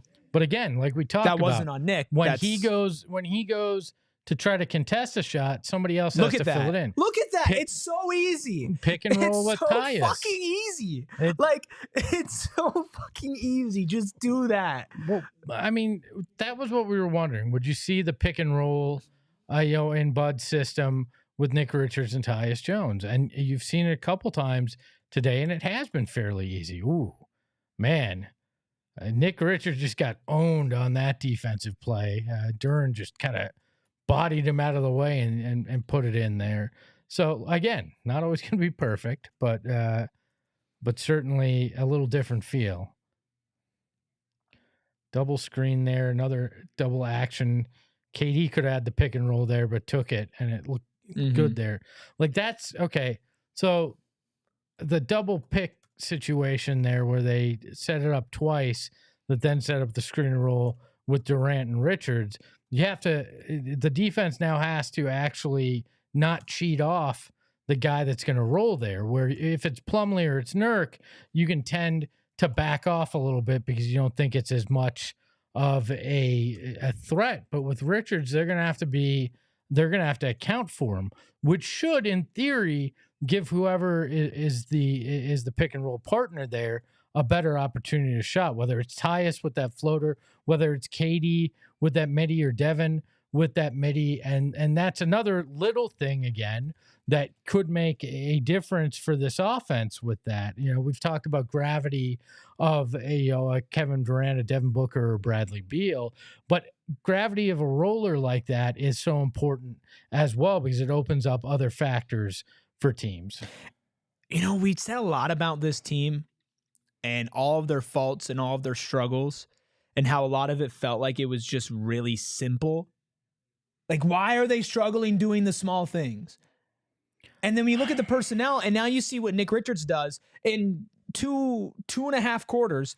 You've already seen a tangible impact. Could you imagine if the Suns had the highs and lows of Nick Richards for the entire season so far? Like, I'm not saying that they'd be the number one team in the West, but they would a lot if they had the chemistry and if they were able to develop over the 40 games that they've played so far, and they've had this athleticism, rim running, shot blocking.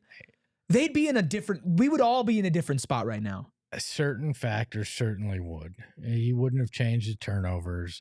Maybe the energy, would have changed, and maybe there would have been easier baskets. But I don't want you to nick yourself over by getting too hyped up in game one.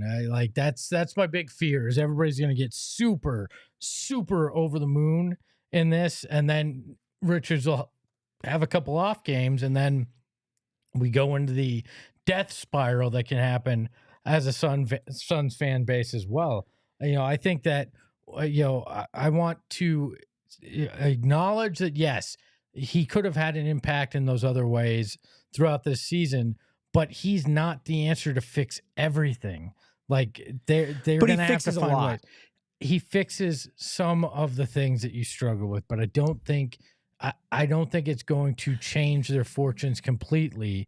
I still think there's another move that's needed. And again, to Steven's point, SPG's point, you got to fix some of these things internally in the way you approach things.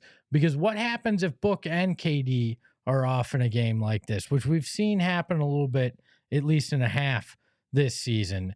Like, Nick Richards doesn't fix your offensive output in that kind of case. He's not going to fix your turnovers in most situations.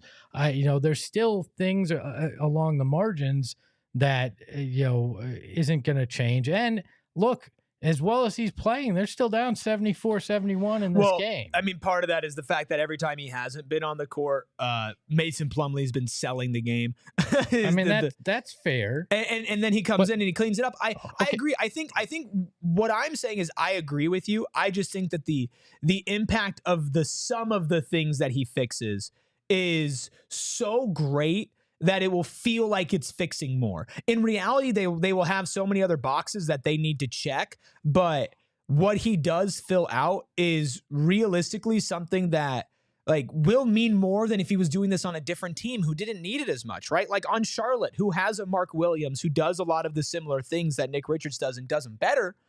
His impact is not going to be as felt as for a team that had the worst center rotation in the league, right? And had the highest payroll and some of the best offensive superstars to go around it, right? Because of the talent that the Suns have, it feels like when those problems get fixed, it's going to feel like a bigger solution than what it really is. So I'm not arguing against you. I'm just saying that I think it's going to feel bigger despite being the same thing. Oh, yikes. Oh, no. Reached for his leg. Slipped. Yeah, that's the other thing that could take this team down, and we know so well, no pun intended, but that the injury bug is one. Oh, he stepped right on Cade's foot. I don't like that at all. Yeah, I mean, there's so many factors that go into it with this team, and every time you feel like you take one step forward, you wind up taking 2 steps back, and you hope that Richards is a solution to some of those problems. You can find another solution via trade, depending on what you're looking for and where you go, and then they can build upon it, right? Mm-hmm. And you know, T says, let's not act like we weren't number 1 in the West before KD got hurt and then all the bad habits started. I agree that what was it, 8-1 start was extremely encouraging. But when you look at what they've done since and a longer stretch of games, like I'm not willing to say that 8-1 is who they are, nor am I willing to say as bad as they've been is who they are. The reality, again, is somewhere in the middle with the way this team is as it's currently constructed. And that's just the way it is. And then you see the foul from Richards on Durant, and that's where the aggressiveness can sometimes lead to fouls there, which you accept.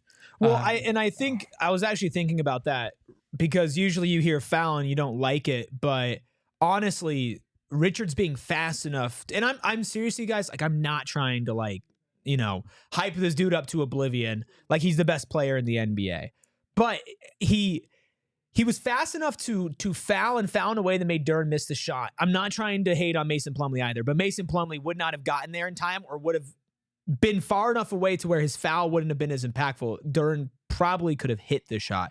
It's these little things, like you mentioned him clearing open a lane for Book, even though that didn't lead to a bucket, right? Or him being on the fast break and it leading to a KD turnover. These are things that over a season you're going to be able to capitalize on, even if you don't today. I think Marcus Sasser, I just got hit in the face by, I think it was Nick Richards. Was it Nick or was it I think it was Grayson as he went around? I don't know. This is a physical game though. Yeah, I mean that's what you get with Detroit, right? Might have been Grayson. Like, and that's just kind of the reality when you play a good defensive team. Yeah, I think he swings not on purpose, but he swings his elbow. I mean, that's gonna hurt in the face. And they called the foul on Grayson as well on that. So now they're going to review it, I believe, to see if it qualifies as a flagrant. Awesome. More reviews. I think this is the third one of the game. Anton says, plus those early games were also very closely contested games. They weren't exactly the best displays of the team's play either. Lots of those games were KD also bailing them out in the clutch. And we talked about that during that streak was, well, you would really like a blowout. You'd really like a game where you control every single step of the way. And you never really got that except for that Dallas game. The third game, I believe, on the second night of a back-to-back after losing to the Lakers, and you bounce back, and I believe you won all 4 quarters in that game, right? Mike from Mesa says, with Beal, we blow this team out. I think Beal definitely helps. I don't know if you can say this team's going to blow any team out right now. I mean, again, we don't know what you can count on from Beal. It's, and one day it's 25 points, another it's 10. He puts in the defensive effort, but I don't think it was some panacea just by moving him to the bench. It certainly helped, but I think it was the right move. No, I don't disagree, and we had talked about it previously where I had even suggested that it might be time to pull him out of the starting lineup before they went that route. And I don't know, because this is such a physical, tough game. I think that's part of what's disrupting KD's offense as well. So I don't know. It's tough to try to judge that, right? Like it's easy to say, well, if Brad had 15 points at this point, but okay. What does that change with others? He would help. I don't know. He would help, and it would make it easier to blow this team out. But this is a Pistons team that plays really brutal. Like, they play really physical basketball. And I think Beal would do fine, but I don't think you can guarantee that Beal would just go off. No, and it's a Pistons team that has a better record than the Suns right now, too. People can't forget that. You want to treat it like this is the Pistons of last year, but the mathematical fact is they have a better record than you. They are better than you right now in the NBA. And the Pistons are having a good third quarter. Pistons up 80-75, outscored the Suns 20-14. A lot of that outscoring, though, did come with Mason Plumlee on the court. So we'll see if Nick Richards can do that. He is still out there with KD, Book, Royce O'Neal, and Grayson Allen. So Tyus Jones off the court. No point guard out there. Devin Booker running point. 2 wings, and then KD and Nick Richards. I like this lineup. I think this is a good lineup. Shooting, Nick Richards just got dunked on. Yeah, but again, it was because he had to switch because of a pick and roll there, and he made the right read because the guy was going to have an open layup, but nobody fills in on the backside, and you're going to wind up having that happen. I don't know how much that's on Nick Richards or how much it's on the rotation of defense. And you got to wonder, I mean, he's only been around for a day. Does he fully know what the scheme is? Like, was he supposed to rotate that way, or did he do it on pure instinct that left a guy open? Like, there's all sorts of things that could account for that for sure. This will hopefully be Nick Richards' worst game with the Suns. I know that in terms of preparedness, sure. I mean, in he terms might of have worse feeling stats. comfortable. He might have worse stats, but as far as like all these like little things that they are missing is stuff that you pick up over a season. Like when you think about like JaVale McGee, because also, this is the first time Nick's played meaningful basketball. And I understand this team's 500, but there are championship level expectations with this team internally and via payroll. This is the first time playing in a system like that where it truly every possession matters. Yeah, you know what I think? I think JaVale McGee's probably the best comp. JaVale McGee without the asthma, right? And I don't say that as a joke. Love JaVale. I think he's that kind of motor guy, right? And that's important. But we also know that there's a ceiling with a guy like JaVale McGee too. And if you get a guy that could have that kind of impact both culturally and on the court like a JaVale McGee out of a Nick Richards, I think that's a big win.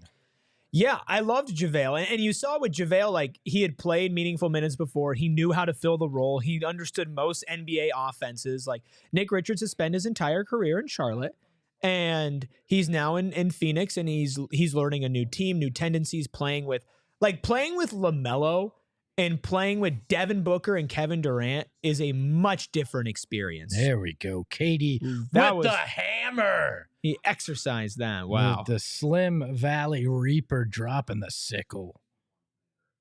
Or the scythe. I don't remember which one it is. I think it's a scythe. It's okay. I understood what you were saying. They're both similar. One's just got a shorter handle. So there's your random weapon knowledge of the day here. KD's still 5 of 16 from the floor. And he's had a decent third quarter. I think he has 10 points this quarter. Yeah, he does. So he hit his points. Now I just need Devin Booker to get 1 assist, and I won 80 cents on a bet. How about that? Look at that. I'm not going to jinx it, but my bet's looking okay. I've had 1 leg hit, 1 leg 5 points away, and I need the Suns to win. Give me 80 cents, baby. Give me, I think it was like $60 or $50 if I win. Richards at the free throw line, looking for his He's shot a lot of 14 free to throws 15 tonight. points. Shot a lot of free Yeah, throws where tonight. is he at tonight? 5 of 7 from the line. Right now he has 15 points. So he hits this one. And this you're, is and you're this reading is, in the future. Oh, am I? Sorry.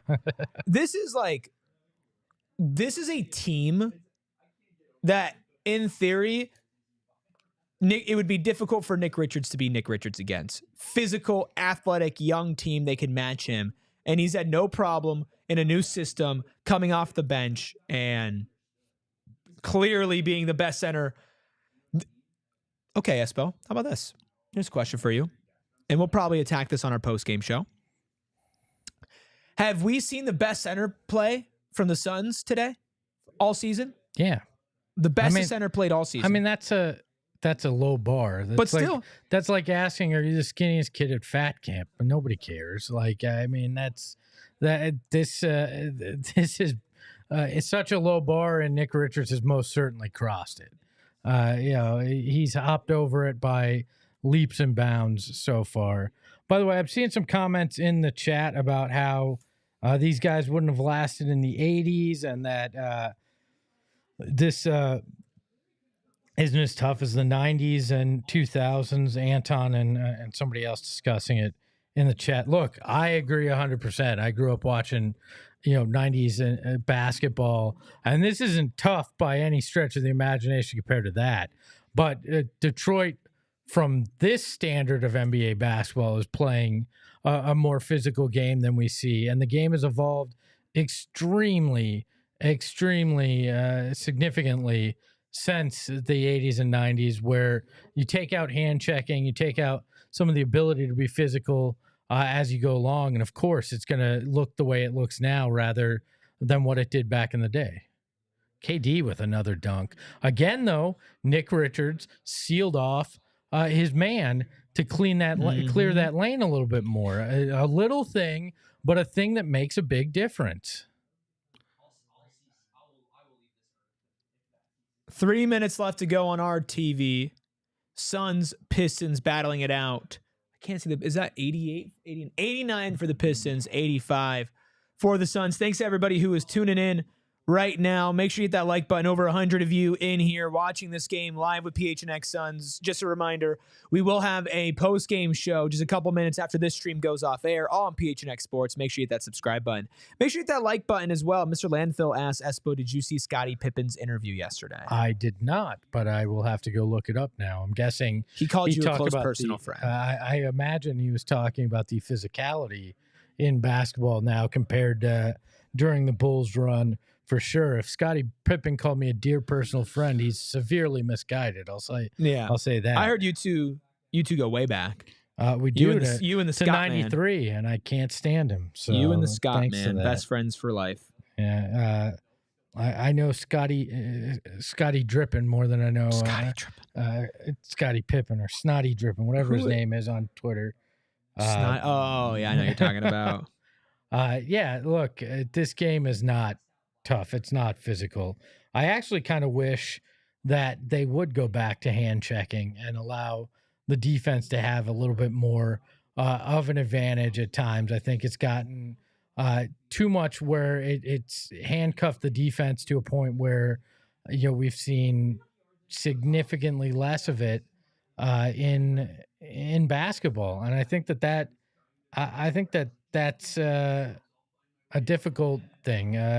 By the way, Mr. Landfill says Pippen breaks down why teams like the Suns are in trouble, which is interesting because Scotty thrived on teams like the Sun that were predicated on top-heavy talent and significant role players. But I'm guessing the economics of the game that have made it tougher to actually sign those role players around having that much top-heavy talent is what he's talking about, and the way it shifted the game, because you have to find cost-effective talent that is still playing at a high level. And you kind of hope you got that with Tyus Jones. It hasn't fully worked out the way that you thought. You've attempted it in multiple ways over the last couple of years. I mean, Eric Gordon was another example last year, and they haven't lived up to that for you. So it's tough to build teams now, and you're going to have to think differently in your approach. And you know what? If the Suns hadn't put themselves in this position, I would probably be of the mindset 2 stars and guys that are strong role players that you build around.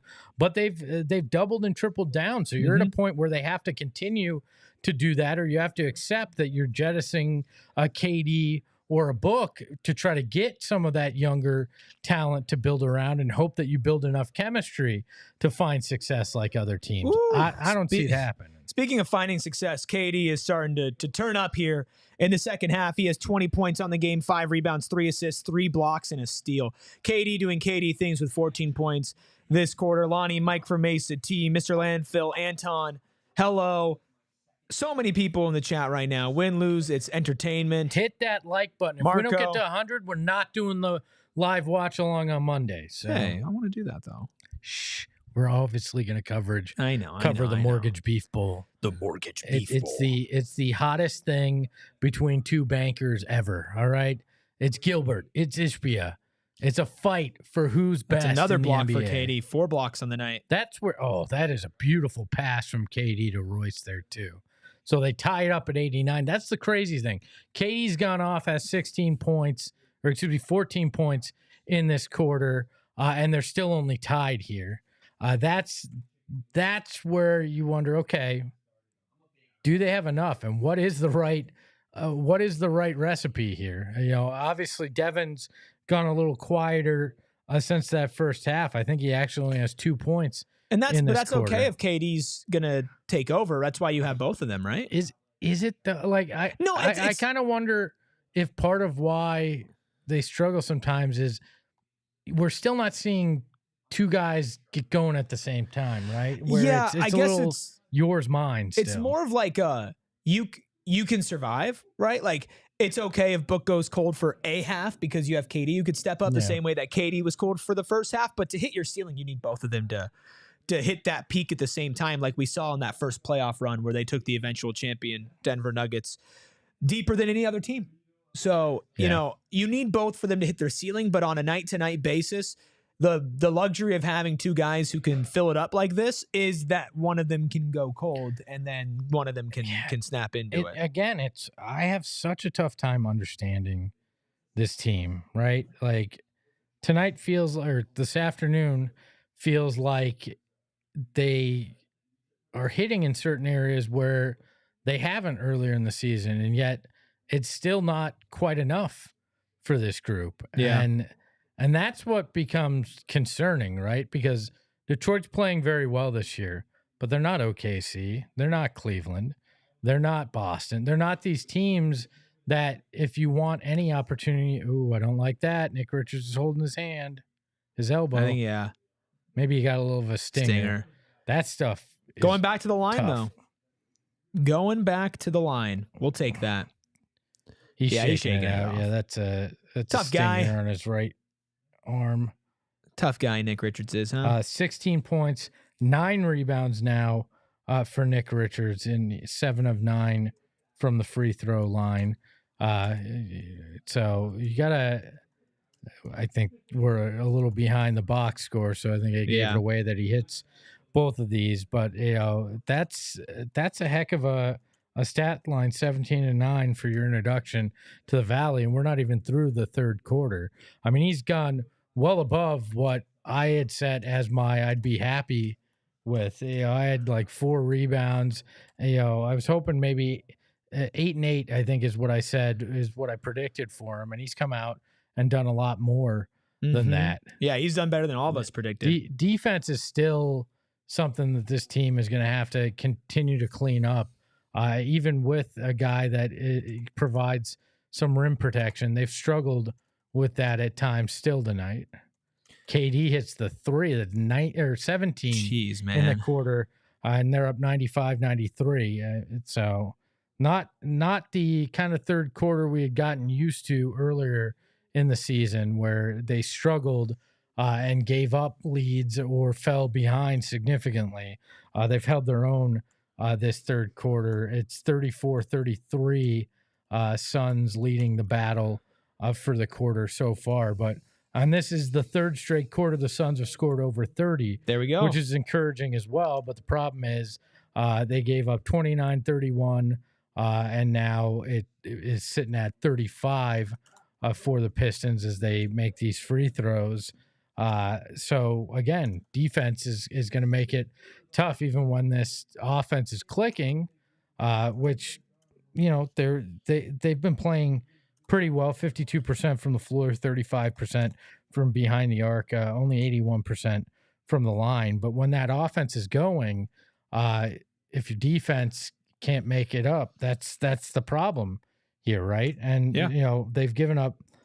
Holy crap! The Suns have 59 shots tonight to the Pistons 75, which is again a difficult thing. They've given up 7 more offensive rebounds, but they only have 1 more turnover. They've cleaned that up in the second half so far. It's 7 turnovers to 6, but those offensive boards again have been costly in giving up additional possessions to your team, to your opponent. And that's how a team that's shooting 48% and 48% from the field, 25% from behind the arc, and 66% from the free throw line is managing to stay in this game. Is just sheer volume of shots that they've gotten.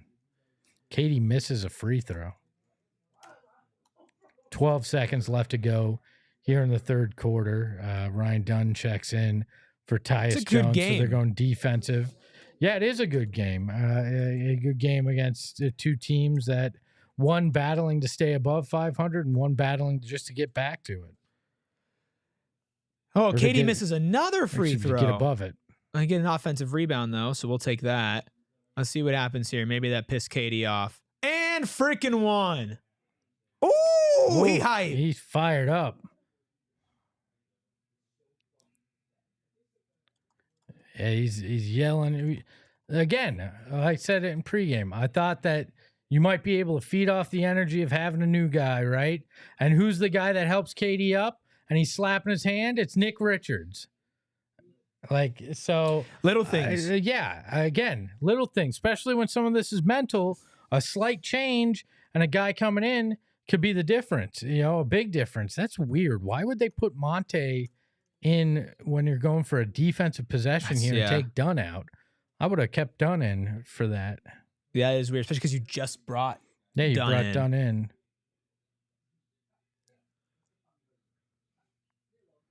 And then they bring it's chess match, okay? So Detroit subbed somebody in, they subbed Dunn back into the game. Let's see if Katie getting his free throws here. Yep, I think he's gonna hit it here. He does. So we go into.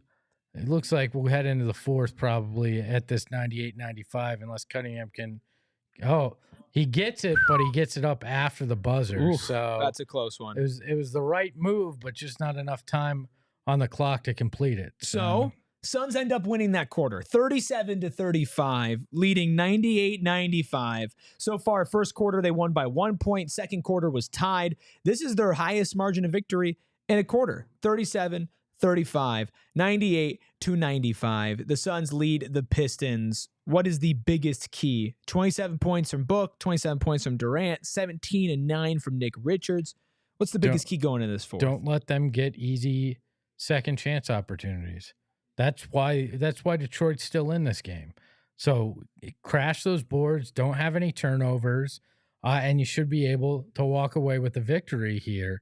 And those again are little things that you're gonna have to clean up and protect. The basketball has been a key all year long. They've done a great job in the second half. I think they only have 1 turnover in that third quarter, but they haven't forced turnovers. Detroit still only has 6. So that's where the fact that you're getting crushed on the offensive boards again.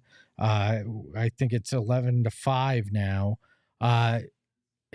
Those extra shots. What are we looking at? 15 extra shots that Detroit has, 4 extra makes compared to the Suns is imperative. And as bad as Detroit's shooting from 3, they're only shooting 25.9% to the Suns 35%. they still have one more made three than the Suns. They have 7, and the Suns have 6. So those factors make it as close of a game as it is when it probably shouldn't be, to be quite frank. Yeah, a couple of questions in the chat. Sean says, is Ishbia allowed in the Cavs arena? Genuine question. I don't know. I hope it's He's honestly, going to try. I think he was there last time. I hope, as much as we love to joke about that beef, and it's obviously personal with their businesses, there's nothing more petty than you can't come into my arena to watch your team play. And then we have a Book Sunwalker in the chat says, Eric, is Nick Richards as good as Jared Allen then? No, he is not. If Jared Allen was on this team, they'd be bona fide championship contenders. Nick Richards is very good. Jared Allen is very, very good. Oh, Todd doesn't know about the mortgage beef bull. So I assume that's what the question is. Where's the beef? Or he's quoting Wendy's. Maybe, but Matt Ishbia, obviously the owner of a mortgage company called UWM. Dan Gilbert, the owner of Rocket Mortgage. Ishbia is 1 in the business. Rocket Mortgage is 2, and he and Dan Gilbert have gone back and forth in that business, including lawsuits and stuff. So they really don't like each other. And then as they turn over the ball after I say you can't do that, and Grayson with the hard foul there. So that's Sasser again? He's been getting beat up. By Grayson in particular. And then, so the other part of it is when Ishbia came to the NBA to buy the Suns and the owners voted, it was a 28-0 vote because Gilbert abstained from voting. He couldn't even just vote the guy in and be a cordial human being from that front. Will be interesting to see, but right now I'm all locked in on this game. Mason Plumlee checking back in. More Mason Plumlee than Oso tonight. 5 minutes for Oso, 1 point, -9 on the plus minus. Mason Plumlee, 10 minutes, 2 points, 3 rebounds, -10. Yeah, Oso had his soul stolen a few times. So I think that's part of it. Look, you have to play these minutes even. You have to come out of these Mason minutes with a 1 point lead, I feel like. Oh, good board, Mason. Book. Oh. So he's gone completely cold this half when Somebody stepped on his KD went cold in the first half. Mm-hmm. And there you go. Mason giving up a bucket there to Durant, and it's a 1 point lead for the Pistons with Durant heading the line. This is shaping up to be quite the game. Appreciate all 111 people who are in here right now and who have stuck around, a lot of you, over the last 2 hours that we've been watching this game together. Just like the text says at the bottom of the screen, we will have a PHNX Suns post-game show. Like we always do, Gerald and Steven will be back. Sean says, why is the guy wearing sunglasses? The guy likes to not stare directly into this big light we have over us for multiple hours at a time. And the guy also might have indulged in some of our sponsors. Well, and he's wearing our sponsor, Shady Rays. And yeah, this is also a sponsor, Shady Rays. So I'm not going to wear these for the full post-game show. I might break them out for the Shady Rays. Michael says, why is Mason back in? Probably just to give Nick some rest. I mean, he's played 21 minutes so far. And I don't think KD at the 5 is very serviceable against this Detroit team. So I wouldn't expect Mason to be out there for a really long time. But you got to give Nick a little bit of time to rest as he gets acclimated to this team. And you're down by 2 again. But Todd says, if you're baked, just say that. I don't think I'm baked. I just think I've indulged. I'm always just high on life. So ain't that the truth? There you go, Book. All right. You need him to find that form again here in the 4th. Yeah. Book at home. If you got questions, put them in the chat. We'll answer them during the 4th quarter here. We got 10-14 to go in the 4th if you're trying to sync up. Cade with the bucket. This is back and forth. Lonnie says that they are baked. Congrats, Lonnie. I love that for you. Look, you're a -3 in these Plumlee minutes already. You're up 1, now you're down 2. So yep. And watch, Plumlee finishes at the rim. Hey. Whoa. Like zoinks. Pull the mask off of Mason Plumlee. It's Nick Richards. Oh God. Yep. He just straight up was just ball watching that whole time. That Kara says she's fried. B Guy says, just hope the Suns get a W. W would be massive here. Massive for the morale. There's Book. Okay, so let's see. Are we just alternating back and forth? Book, KD. Book, KD. If the Suns win, I hit my bet. Just so everybody's aware. Ty Jones has 10 assists tonight. So today. Todd Packer saying, don't scapegoat Plumlee. Look, it's not all on Plumlee, but there's a distinct difference when Richards has come off the court, in particular defensively in this game, and that's the reason for it. And it's not that it's solely his fault, but it's been pretty apparent as it's happened. It's been most of the time where Detroit has either built up a lead or closed the gap in it. Yeah, I mean, Plum has been the second best center for the Suns so far, but this team is just attacking. Hello says Plumlee was right under the basket. Yeah, Plumlee was watching Cade. Cade dished it to, I forget who it was driving. It might have been Durant. And just a wide open dunk. And that's just something that Nick Richards cleans up. Michael says Plum passed up a dunk again. It's tough. It's tough for Mason Plumlee. He's not being put in the best position, but he's also not playing the best. So, well, I mean, I think there's been a lot expected of a guy that, 30 something on a vet kind of man. Coming off a serious injury. I think I don't think he's been put in the best position, but Nick Richards back in the game, and it was right now. It looks. Let's check. I think it was a 3-point swing. Well, he was out. Yeah, 3-point swing. For the Pistons, they were down 1 and in 3 minutes, by the way. Yeah. So Nick Richards back after a 3-minute break. I would be shocked if he came out of the game for the rest of it. They're going to need him.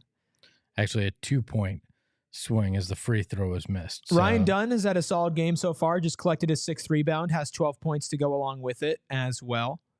And an assist. 5 of 9 from the field.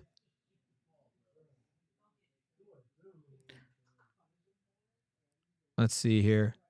8:20 left to go. Suns down 3 to the Pistons. Book in and out. Richards offensive rebound. That gives him a double-double, I believe, on the afternoon. Yes, what, 17 and 10 now? Yeah, I don't think they've given him the rebound on ESPN yet, but I thought that was 17 and 10 for him. And a turnover. Awesome. These turnovers, man. If only this team had a point guard. Okay, but there you go. You get a second chance opportunity. It leads to a live ball turnover that leads to a layup. Those are the little things. Like Nick Richards made the difference to get you the offensive rebound, but your team still fell back in a bad habit of the turnover that led to the easy bucket. Now the Pistons are up 3. Those are the things like we were talking about earlier, where Nick Richards actually made the impact that you wanted to, and it led to the same exact result that you've had problems with all year. And that might clean up over time. That might be something that in Nick Richards' 5th, 10th, 15th, 20th game with the Phoenix Suns, you feel those type of advantages being picked up on for the Suns. I don't think they're a dumb team. I think they're full of some very smart basketball players, and maybe they can find ways with Bud and with KD and with Book and Tyus and Brad.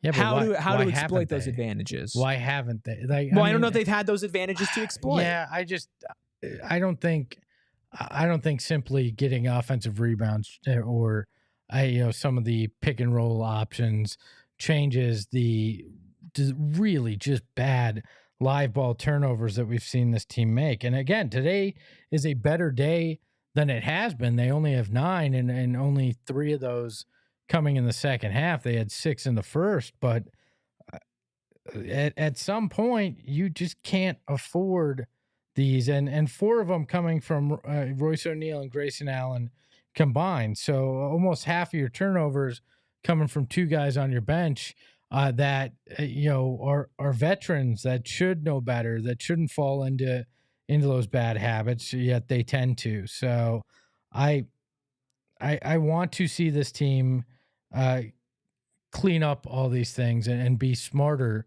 with it, because again, that'll unlock things if you wind up cleaning up the turnovers. It's just it sounds so simple, yet it's so complex. Todd says getting better every day, and that's what it's all about. I think this team has improved. I think you saw the improvement come with the benching of Beal and Nurk. And then I think Nurk being out of the lineup, Beal accepting his role. I think that's given some more stability for this team and identity to build upon. I wouldn't say they have that yet. And we saw them improve on some smaller things. And then they just had a glaring issue with their center position, and they just fixed that talent-wise. Now they need to learn how to fix it on the court with that talent. But it's exciting because for me and somebody who had lost a lot of hope on this team, I'm starting to see a little light at the end of the tunnel. It could all be ripped away in an instant, but if this team makes another trade, especially a big move, let's say the Jimmy Butler trade, and that could work out, could not, but it could. I can see a path for me to be blindly optimistic again. And I know that not everybody's going to be like that. That's just the type of fan that I am. But I enjoy being at the spot that I was in during our 64-win season where I thought we were going to rip through everybody. You know? I think great KD shot from Book, which should mean I hit my bet and I got 80 cents. Congrats. I might hit my bet and get $50. But look, I am now thinking that one of the moves you need to make is getting a decent a decent rebounding five that can stretch the floor.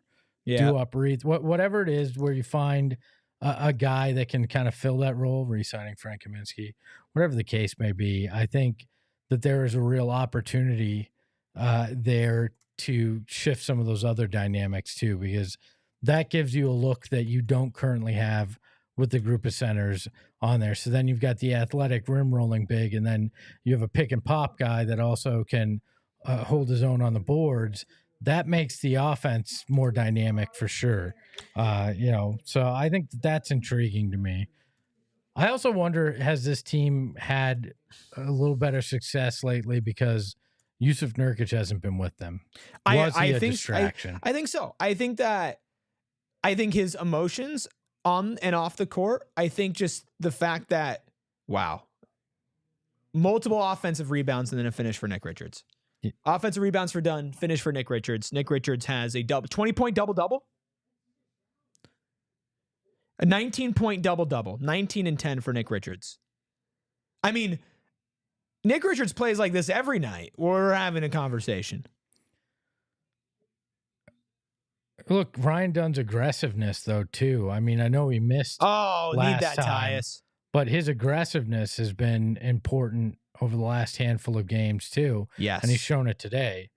And I'm okay. Oh, he misses the corner three. You live with it.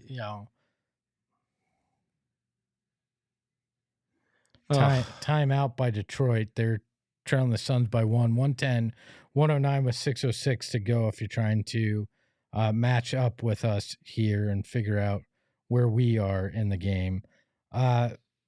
Look, I'm just gonna call it. We're all Nick heads, right? If this guy keeps playing, I think all these fans, we're gonna have to be Nick heads. So, I put it out there on Twitter, and I got some decent response. People are buying into being Nick heads here in Phoenix. We're all Nick heads together. So many Nick heads in here. 96 of you watching right now. Mike from Mesa says, I miss Nurk. Not. That's a good one, Mike. That was a really good one. I was about to call for a wellness check on Mike from Mesa if he didn't say not on that. We have Sean. Never mind. Touchdown Houston, apparently. Good for Houston. Todd says, Charlotte fixes teams. PJ Washington to Dallas. Nick Richards to the Suns. Milov says we need some stops. Yes, we do. Yeah, I mean, that seems to be perpetually what this team has needed, is finding it on the defensive end in these kind of situations to give a stop and be able to build a lead. I mean, I think it's pretty clear we're in for a close one throughout this game. And what I like about the Suns' chances is you got Kevin Durant on a heater right now. Yeah. And that's who I obviously would turn to down the stretch. We saw it early in the season. So if this game's close and it comes down to a final shot, I'd rather have the Suns roster than Detroit's, because Kevin Durant is a guy that is a game changer with the way he plays. Yeah. Oh, I just need to win this game, because I know it's close, but the vibes would be so high with how well Nick has played, and Katie and Book. Tyus has gotten his assists. Man, we need this win. Meatloaf says Richards already had a better game than Nurk ever had. Ever? I mean, Yusuf Nurkic set the single game rebounding record for the Suns with 31. Like, if we want to talk about energy and ability to put the ball back in and dunk it, sure, I'll give you that. But I don't want to completely forget that Nurk had a handful of games that were good. And I'm not a Nurk apologist. He's been atrocious this season and should never be back in the rotation in any way, shape, or form. But he was prone to a handful of good games and even record-setting ones. So, yeah, he had his moments, but I don't think he's ever played a game like this, which is the difference. A game like this has not been seen from the Phoenix Suns center position since JaVale McGee. Who? DeAndre Ayton. It was a game, but DA doesn't play like this. I'm talking about literally play style. DA don't play like this. Okay. Yeah, but if you're talking play style, no, because you haven't had a guy that has a play style like this. So, like, trying to judge Nurk against a guy with a dramatically different play style and saying he didn't play that style. Yeah, of course he didn't. It's not his game. And again, not apologizing for Nurk. Love what Nick Richards is doing. I think it's been an unbelievable game. And I hope that this is the way that he plays consistently. Gosh, yeah, if he can do this, because he could also potentially be better than what he's been today, which I know is saying a lot considering the circumstances and how well he has played so far. But he has not had time to fill in with his team. He has not had time to practice. He has not had time to grow his chemistry with any of the other ball handlers or stars on this team.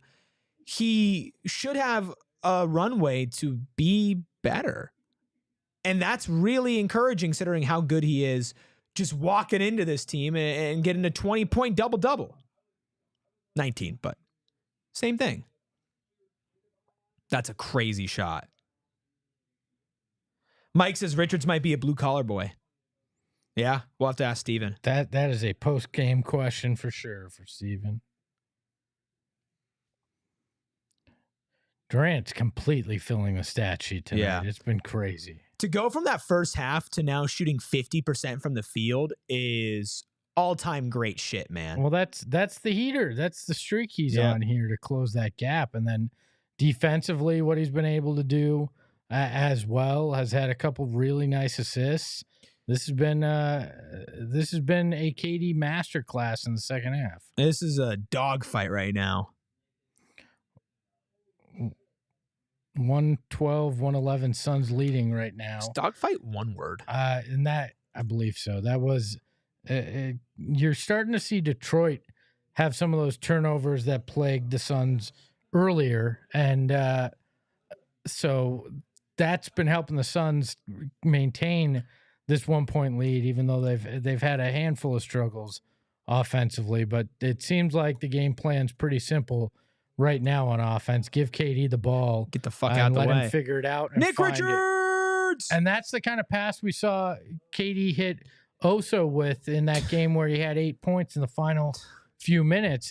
That's KD's gravity. That's the gravity. Having a guy in the dunker spot that cuts to the rim like that changes the game too. But Detroit's not going away. No, they're not. I mean, this is a good test right now. This is a good game. Let's see what this team does.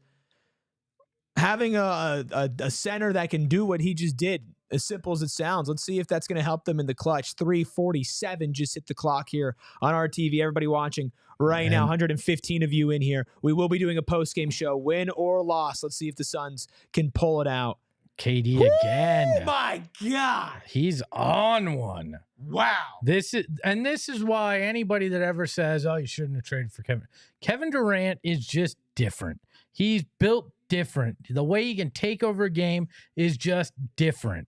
And that is just the reality of the kind of player that he is here and has been.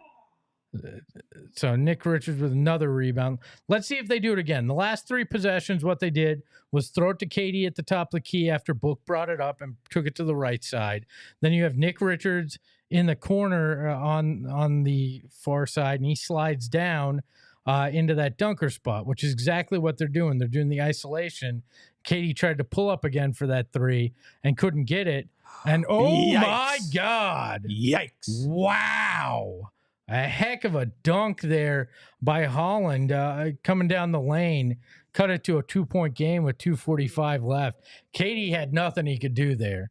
Just nothing after he got blocked and got back. And it was a 2-on-1.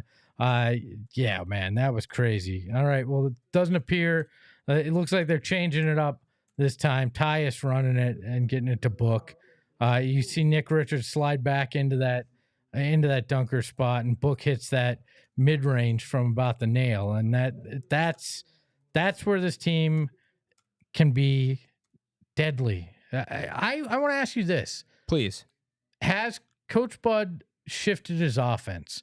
Because we're seeing less 43-point attempts kind of games, and we're seeing a lot more of the, let him cook from the mid-range approach. I mean, tonight they only have 23 3-point attempts, right, of their 75 shots. Actually, that might be even off.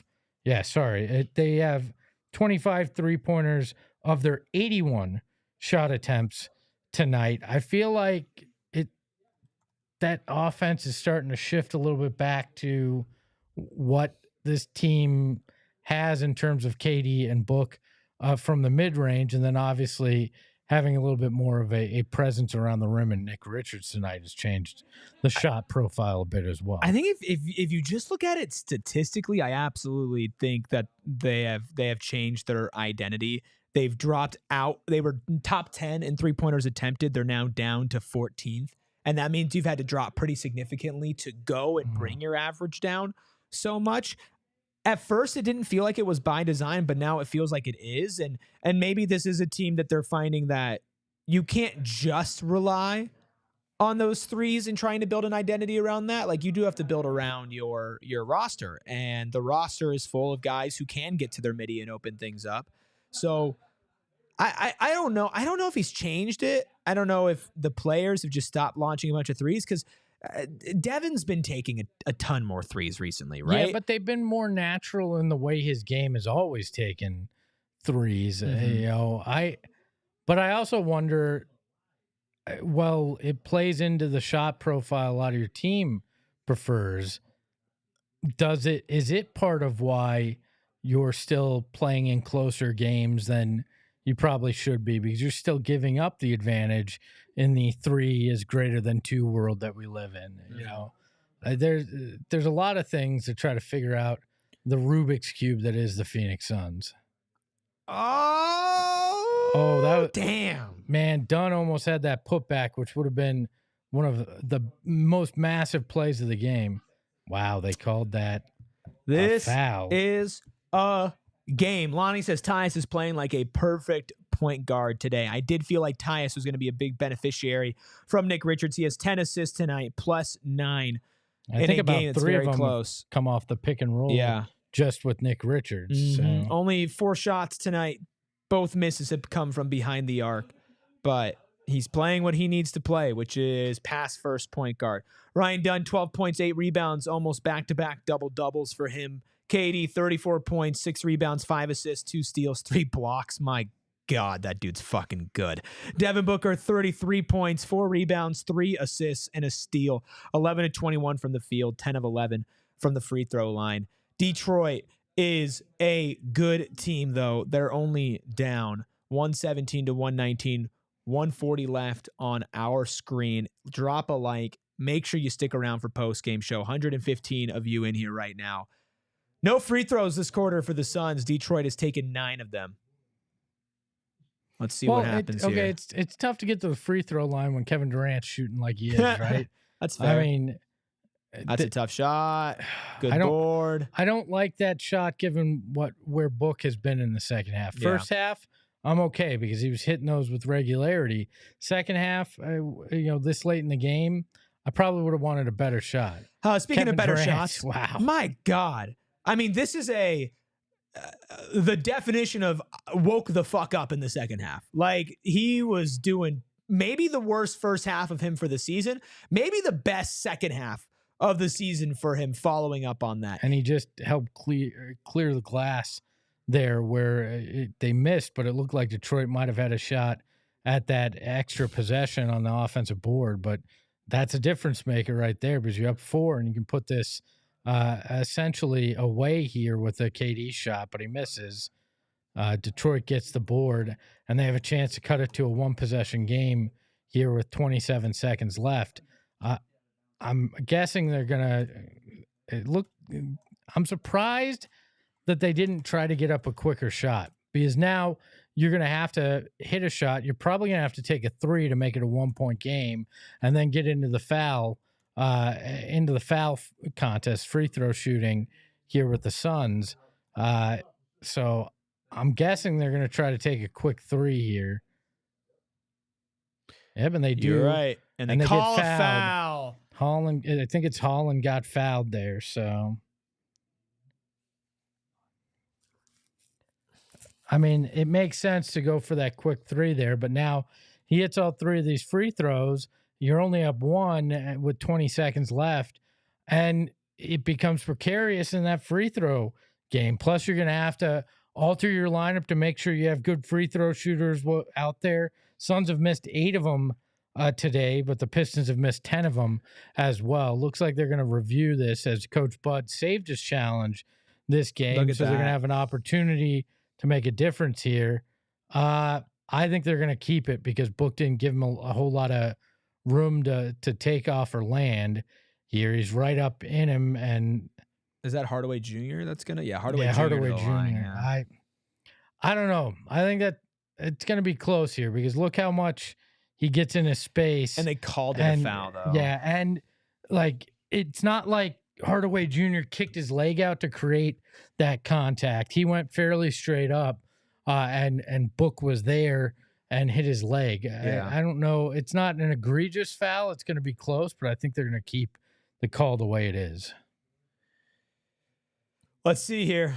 I mean, this is a damn good game. This is a really, really big call. Just a reminder, everybody who's jumping in here right now, Sam, who says it's not a foul. Look, 124 of you all need to be here for post game, no matter what happens after this. Look, I agree. It probably isn't a foul, but they called it on the court, right? Right. So that means now they have to have extremely conclusive evidence that they're looking at, and with it's close, right? So I think it's difficult to change the call, but we'll see. I mean, I hope they change it for sure. Underrated aspect of Nick Richards is that he's reliable at the free throw line. 7 of 9 tonight from the line as a big man, 7-footer. That's a pretty big asset, especially playoff basketball, not to get ahead of ourselves. But close games like this, you don't need to worry about Mason Plumlee breaking a free throw. Yusuf Nurkic has had problems with free throws. Also, Iguodala has had problems with free throws. He's not only your most athletic center, he's not only the best rim runner, he's not only the best shot blocker, he's also the best free throw shooter. Yeah, I mean, his free throws for his career, though, I mean, this regular season, he's only shooting 67.8%, and for his career, he's only a 72%. But 70-something% from a big man is decent. Like, that's definitely good enough. Yeah, I still think, it doesn't put me fully at ease if he goes to the line here as part of this fouling strategy. Unsuccessful challenge. Like I said, I didn't think there was going to be enough to overturn it because there was that contact. There wasn't a lot of room to land. So, there it is. I mean, it's a foul. So now we're going to get these 3 free throws. And if Hardaway Jr. Connects on him, this is a 1-point game again with 21 seconds to go. And he hasn't missed a free throw all day. He's 3 of 3 from the line. He's there for 3 right now. And he misses. The jinx worked. I didn't know. Don't lie. Oh, and Book with the smile after he misses the first one. Yeah, I know it wasn't actually a foul. I actually think he glanced at the ref when he did it too. So now Hardaway has to hit 2 and he misses the second. So now in this situation, down 4, there's only 21 seconds. You got to try to miss this one, right? I mean, because I think you have to. You don't have great shooters, so probably. I mean, I think you got to try to miss it, because then the free throw game, it could be 5. Like, I think you have to try to miss this now and hope one of your guys can grab the board. Let's see here. Nope. Hits it. I get it. You're up 3, but now, okay, you're going to foul somebody here if you don't get the turnover. It's going to be a 5-point game. That was a risky pass. Wow. Nick Richards is wide open. So they waste a lot of time there. They didn't get the foul when Book caught the ball, a heads-up play to get it to Grayson to bring it up court. They probably did miss Nick Richards underneath, but they're still time. They killed a couple extra seconds, and they're going to get the 2 free throws. So I think it's KD's going to go to the line here with a chance to make it a 5-point game with 15 seconds left, and that pretty much puts it out of reach at that point. That's why I don't understand why Detroit didn't just give themselves a chance to get a rebound attempting to miss. Actually, he's not going to the line because that was only the 4th team foul for the Pistons. So they're going to have to foul again here to send somebody to the line. And they've got their all free throw team in Tyus, Grayson, Royce, and Devin, with KD throwing in the ball. So they elect to not leave Richards out there in this situation. Grayson gets the ball and gets fouled with 14.9.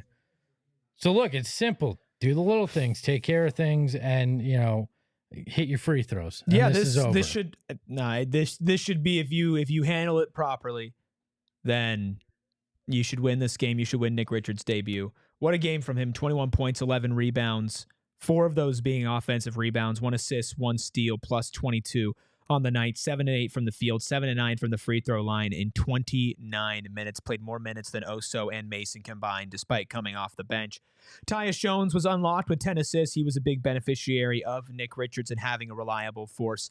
Down low, KD and Book went off. 36 points for KD, a nuclear second half for him, 33 for Book. He did most of his work in the first half. And by the way, Noah, if the Suns win, I win my bet, just so you're aware. I won mine. Making it hail. Making it hail with 15 cents on the dollar. 123, 118 to go here. It's pretty much in the bag. See what happens here. Don't do anything stupid. And it's over. Actually, they're going to foul. I'm surprised they even bother at that point.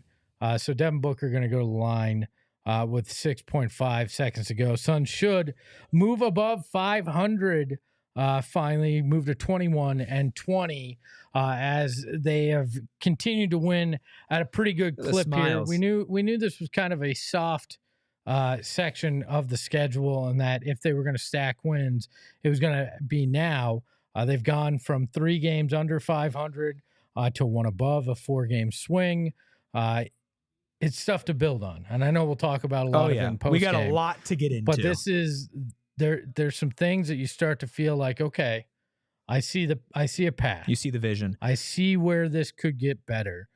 Devin now tied with Shai Gilgeous-Alexander for the most consecutive games with 30 points or more on the season as well, with 5. So, all right. Well, everybody, this game is over, as Mike says. Put it in the deep freeze. Shout out Al McCoy. Detroit hits the pointless 3-pointer at the end to cut it to 4. All right, guys, make sure you all, every single one of you, 111 of you right now, go to the PHNX Suns post-game show. Get on there, wait for us, give us a couple of minutes to flip things around. We'll be live breaking down Nick Richards' debut, KD second half, Devin Booker dropping 30 again, all right here on PHNX Sports. We appreciate you joining us, and we'll see you in the post-game show. Let's go, Nick Heads! We all silly like the mayor.